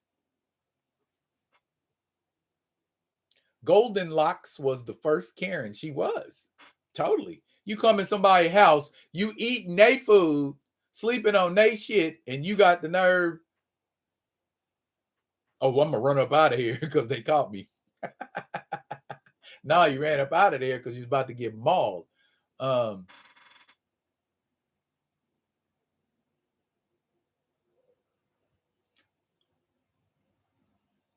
They can't even get their yeah. Facts. They can't get it straight. The first Bond recast in real time I saw was Timothy Dalton replacing Moore. I was 8 and I was like, cool. Bruh, this is what I'm saying to y'all.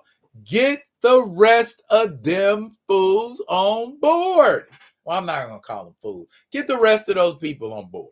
Help them to understand that. This is what I need y'all. I need y'all to go Buckmeister on everybody.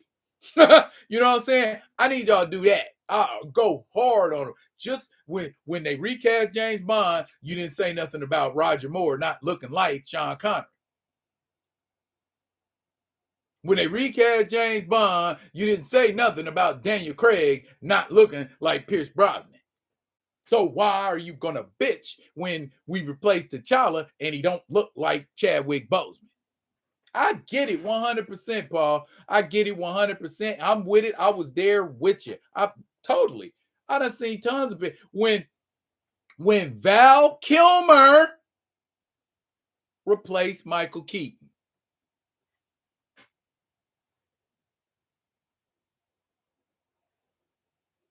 Nobody said nothing.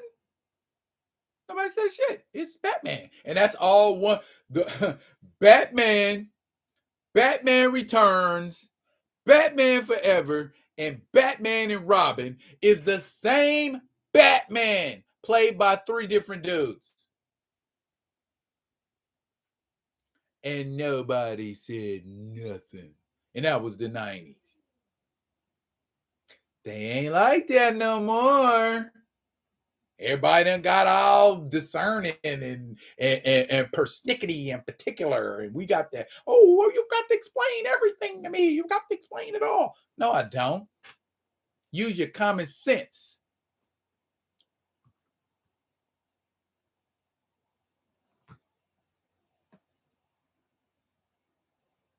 They are fools. Yes, diabolical. It sure say Buckmeister's full time on X. Bruh. We need that kind of consistency in the MCU. Hire Buckmeister. And people need to realize Brandon Routh is playing Christopher Reeve's Superman in Superman Returns. So nobody understands that. Nobody understands that. And quiet as kept, Sticky Fingers from Onyx is the same blade as Wesley Snipes. Oh, Blade got a haircut? Okay. Got a little lighter. Been standing out in the sun. He can do that, you know.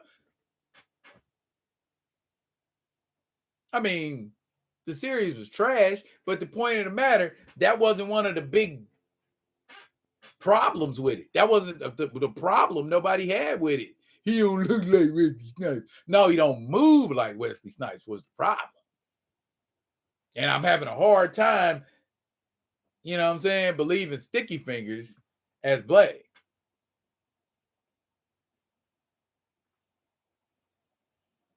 These things, you still got House of Chthon. Oh, wow. Okay. If people had that logic before, Shakespeare's plays wouldn't have lasted this long. Hey, you know what? I ain't arguing the point. I'm just telling you, just like what my man Diabolical said, they are fools, and there are a lot of them out there. So don't come at me. Don't come at me, bro. Digging that Tuskegee Airs behind me. Oh, yeah. That is the exclusive Philadelphia Half-Life cover. What? I thought y'all knew. Yeah. Yeah, that is their Philadelphia Half-Life cover. Y'all stay tuned. I'm about to hit my man Marcus up here, Marcus Williams, the illustrator of that book, and see if I could get him on live, man, because I've been trying to catch up to Marcus for a minute. Yeah, we're gonna do that. Y'all make sure y'all tune in for that. I watched it on Spike TV. I'm sorry. Mahershala Ali's two characters in the MCU, Cottonmouth and Blade. What's the update on Blade? There isn't an update on Blade, Assura, because they ain't doing shit with it right now. Thank you, writers and actors strike. It's just sitting. Nobody doing shit with it. Okay. My last little thing I want to talk about. I may not end on a high note, but y'all gonna enjoy listening to it. I can tell you that much right now. Okay. Now, an article was brought to me. Yeah, I don't want to see that Blade now either. They done spoiled it. They should quiet as kept, Assura, a Mattel universe or a Hanna-Barbera cinematic universe will blow up because the time's perfect for it. I'm gonna do a video. The MCU sucks ass. The DCEU sucks ass. Man, tell me you wouldn't watch a live action Space Ghost. Tell me you wouldn't watch a live action Birdman. Tell me you wouldn't watch a live action Herculoids. Come on now. They had some cold ass superheroes in Hanna-Barbera before, you know what I'm saying? They went all Scooby-Doo. And that's literally what they did. They went all Scooby-Doo. Which comes first? Houston Texans win, or Houston Texans win a Super Bowl, or Blade comes out? Shit.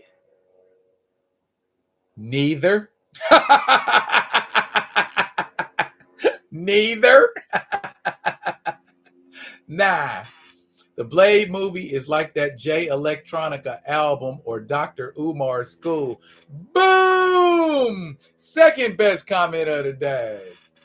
These thieves say, yep, D-Real made vids on Hanna-Barbera. That's why I subscribed. I'm like, ain't nobody talking about this. Well, Diesel, some people just don't know a good thing when they hear it, bro. Okay. All right. Last story of the day. Yeah, I'm hyped for G.I. Joe and Transformers too. They better do it right, or I am going to go the hell off. All right. You know how I get down, and you know I gotta have at least one social issue on my show. White woman fired for harassing black fishermen now needs his help to get her job back.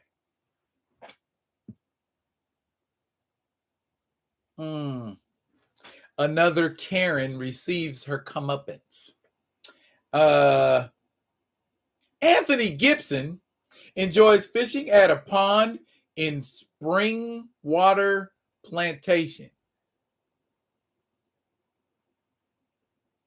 The name of the place he goes fishing is Springwater Plantation.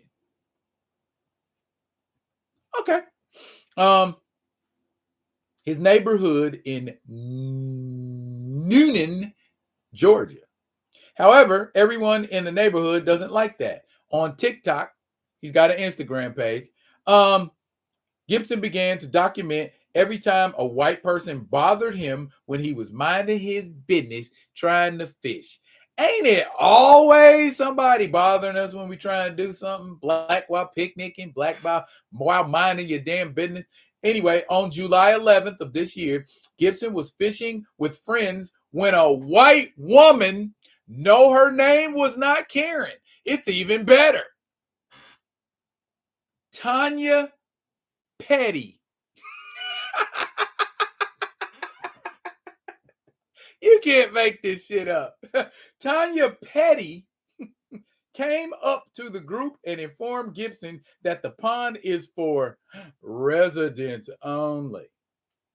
Petty also informed Gibson that she would write down his license plate number and report him to the neighborhood authorities.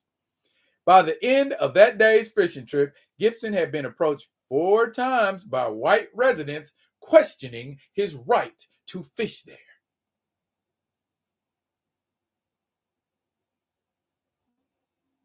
Now, because of this white woman doing this on his page, the shit went viral and she lost her job. But now she's saying that isn't the message that I was trying to convey. I was just trying to make sure everything was kosher. Now she wants Mr. Gibson to plead with her job so that she can get her job back.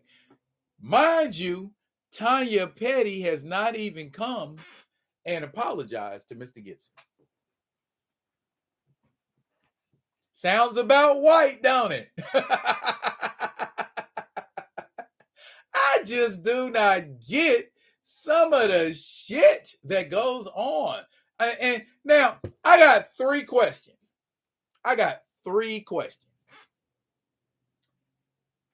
Probably none of my business. Probably not my right. Why is a black man fishing somewhere called Sweetwater Plantation?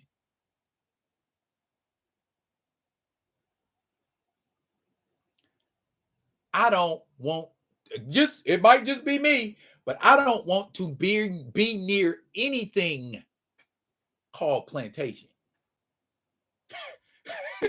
And it might be a bunch of places like that in Georgia, but I'm just saying, I'm not living near no shit called plantation. I don't care who lives. They say the community is diverse. I don't care. I'm not just on principle alone. I'm not living nowhere called plantation. The fuck? Plantation? Nah. Second question. If you see people with fishing poles, if you see people minding their own motherfucking business, why do white people feel the need to do this type of shit? Why? Why do they do that? I do not get that. I'm going to make it my duty to tell you, a grown-ass human being, where you should be, what you should be doing when you're there, and how long you can be there. If it ain't your property, STFU. If it ain't got nothing to do with you, STFU. Leave people alone. I think a lot of the stuff that happens in this world today happens because people don't mind their motherfucking business. Period. Mind your business. Just like I was saying earlier about FatCon. You ain't fat. Fuck you got to say about FatCon. Mind your business. Are you fishing here? Does people fishing here affect your bottom line in any way, shape, or form? Petty? Hey, Petty,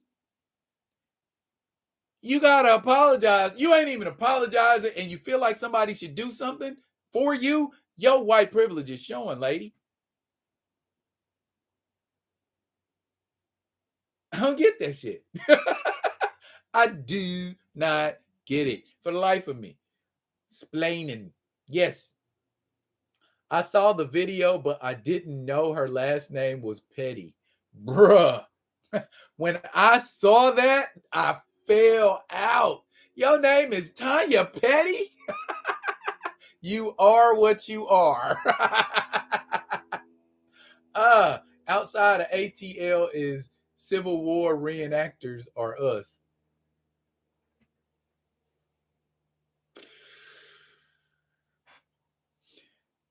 Diabolical said, being that occurred in my area, the neighborhood next to that one has roads called General Lee. And they ain't talking about the car on the Dukes of Hazzard. And down here, it's a bunch of subdivisions called Plantation.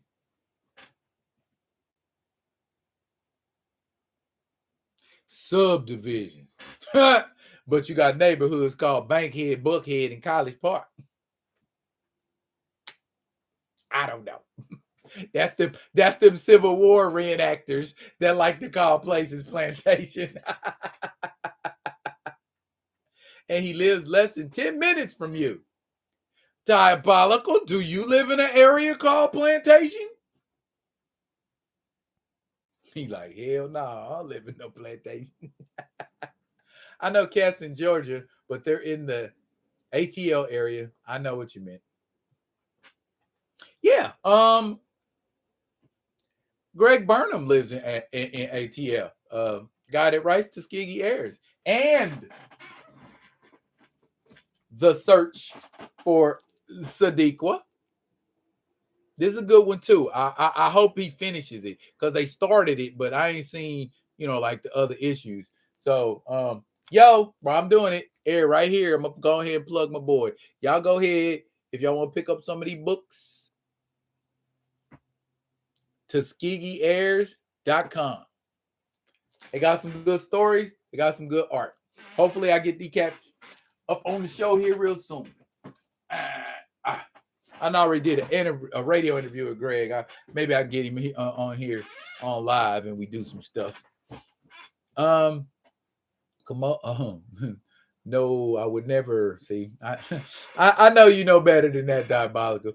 The Kamoyo Kid says we intimidate them. Just being us intimidates them. I live in New Orleans. Our monuments to ancient saltiness to who lost the war. And yeah, only people I think in the history of wars ever who still fly the banner of a defeated nation.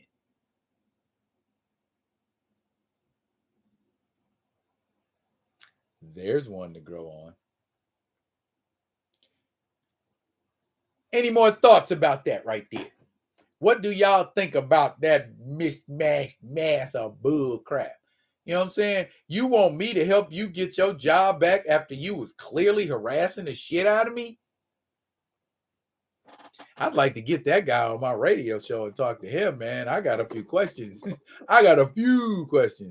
First, I start following him on Instagram. I'm gonna get at him, message him, and see how he feel about talking about it. Might be a video coming up on that soon too, y'all. So stay tuned.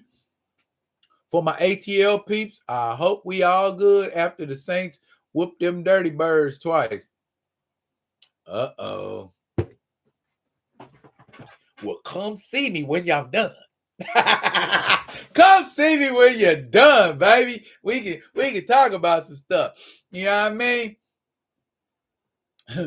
The nerve of the saltines. Is your radio on YouTube? No, but it is online. It is very easy to find at outnorthradio.com, and they have a list of the programs, and you want to go to the Black Business Mixer program and find the date. I just did a show on the 50th anniversary of hip hop. That was on the 2nd. So that will be the August 2nd show. And so on and so forth. So it's all up there for your perusal. Diabolical say you're gonna work on that too, getting him on your radio station. I hope to run into him this weekend. Yeah, man. You know, you just hit me on the usual channels, man, and let me know, what you're gonna have going on, because I would love to have that brother on the show. I hope the Saints beat the Falcons too. I'm a Steelers fan. I ain't got no skin in that game, but if y'all want to come see me after, if you can, you know what I mean? We play a couple NFC opponents. I think the Packers, and Philly. So y'all get to see a Philly rematch. Couple, but mostly we're gonna be beating the shit out of people in the AFC. So and that's where all the good quarterbacks are anyway. Yeah, I said it. Most, not all, most. That's a true fact, though. Most of the good quarterbacks are in the AFC. Argue with me on it.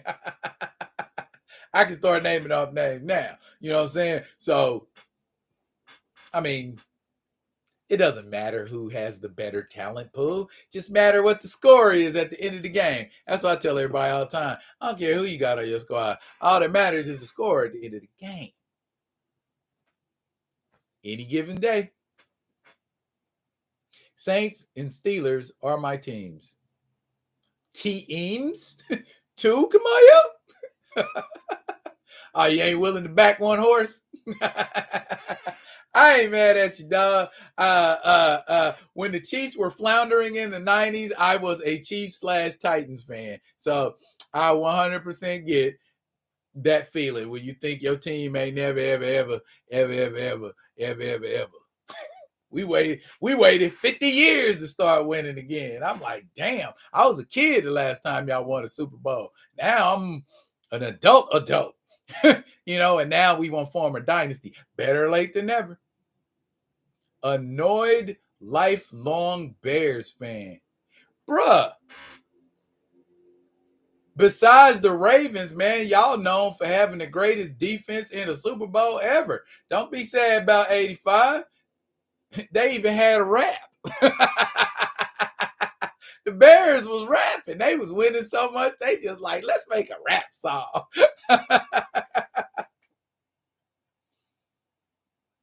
Come on, y'all. Good choice. Yeah. Diabolical is a Steeler fan too. Theo is a Steeler fan too. It's a lot of y'all out there.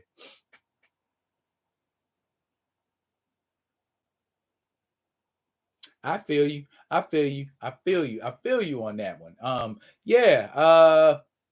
Never been to Memphis. I just McNair. At the time, McNair was helming the Titans, and the brother was doing it. I couldn't be mad at him. The brother was doing it. You know what I mean? And we got way more black quarterbacks in the league now than we have ever had. You know what I'm saying? I can remember a time when it was Doug Williams and Fucking Charlie Batch. Charlie Batch for the Lions. Him and Doug Williams. That was it. At least that's what anybody was talking about. So, yeah. Ooh, my goodness, y'all. Y'all bumped them likes up. So I'm going to extend these 4 fingers, tuck this thumb, and salute y'all. Appreciate it. Appreciate y'all rocking with me. Look here. It's 2 hours and 10 minutes. For all intents and purposes, I am diggity done. So what I'm going to do is, yep, and I covered all my topics. I am going to give Matt that Charlie Batch. Yeah. Okay. Anyways, I am going to cut out at this point, y'all. I am glad that y'all decided to come in, park it for a little while right here with me, man. Appreciate y'all. Kamayo Kid, my regulars, Gray, D Steezel, Diabolical. Of course, the incomparable and egotistical Ashura. My man Theo B, Mr. Ray Smith, the lovely and talented Keita, and the honorable Grand Madam Tarot. All of y'all folks, Paul Martin, Louis Berry, Mr. YouTube. Show up more often, bruh. Thank y'all for being in the building tonight. I will be coming at y'all with another one of them other ones. And until I do, y'all be good to each other. Keep your eyes open for videos this weekend. I'm going to put some stuff up Friday. I'll put some stuff up Saturday. Don't be checking for me on Sunday. Sunday is my day of rest. No, I'm not God, but Sunday is my day of rest. Peace, y'all. Peace. I'm out.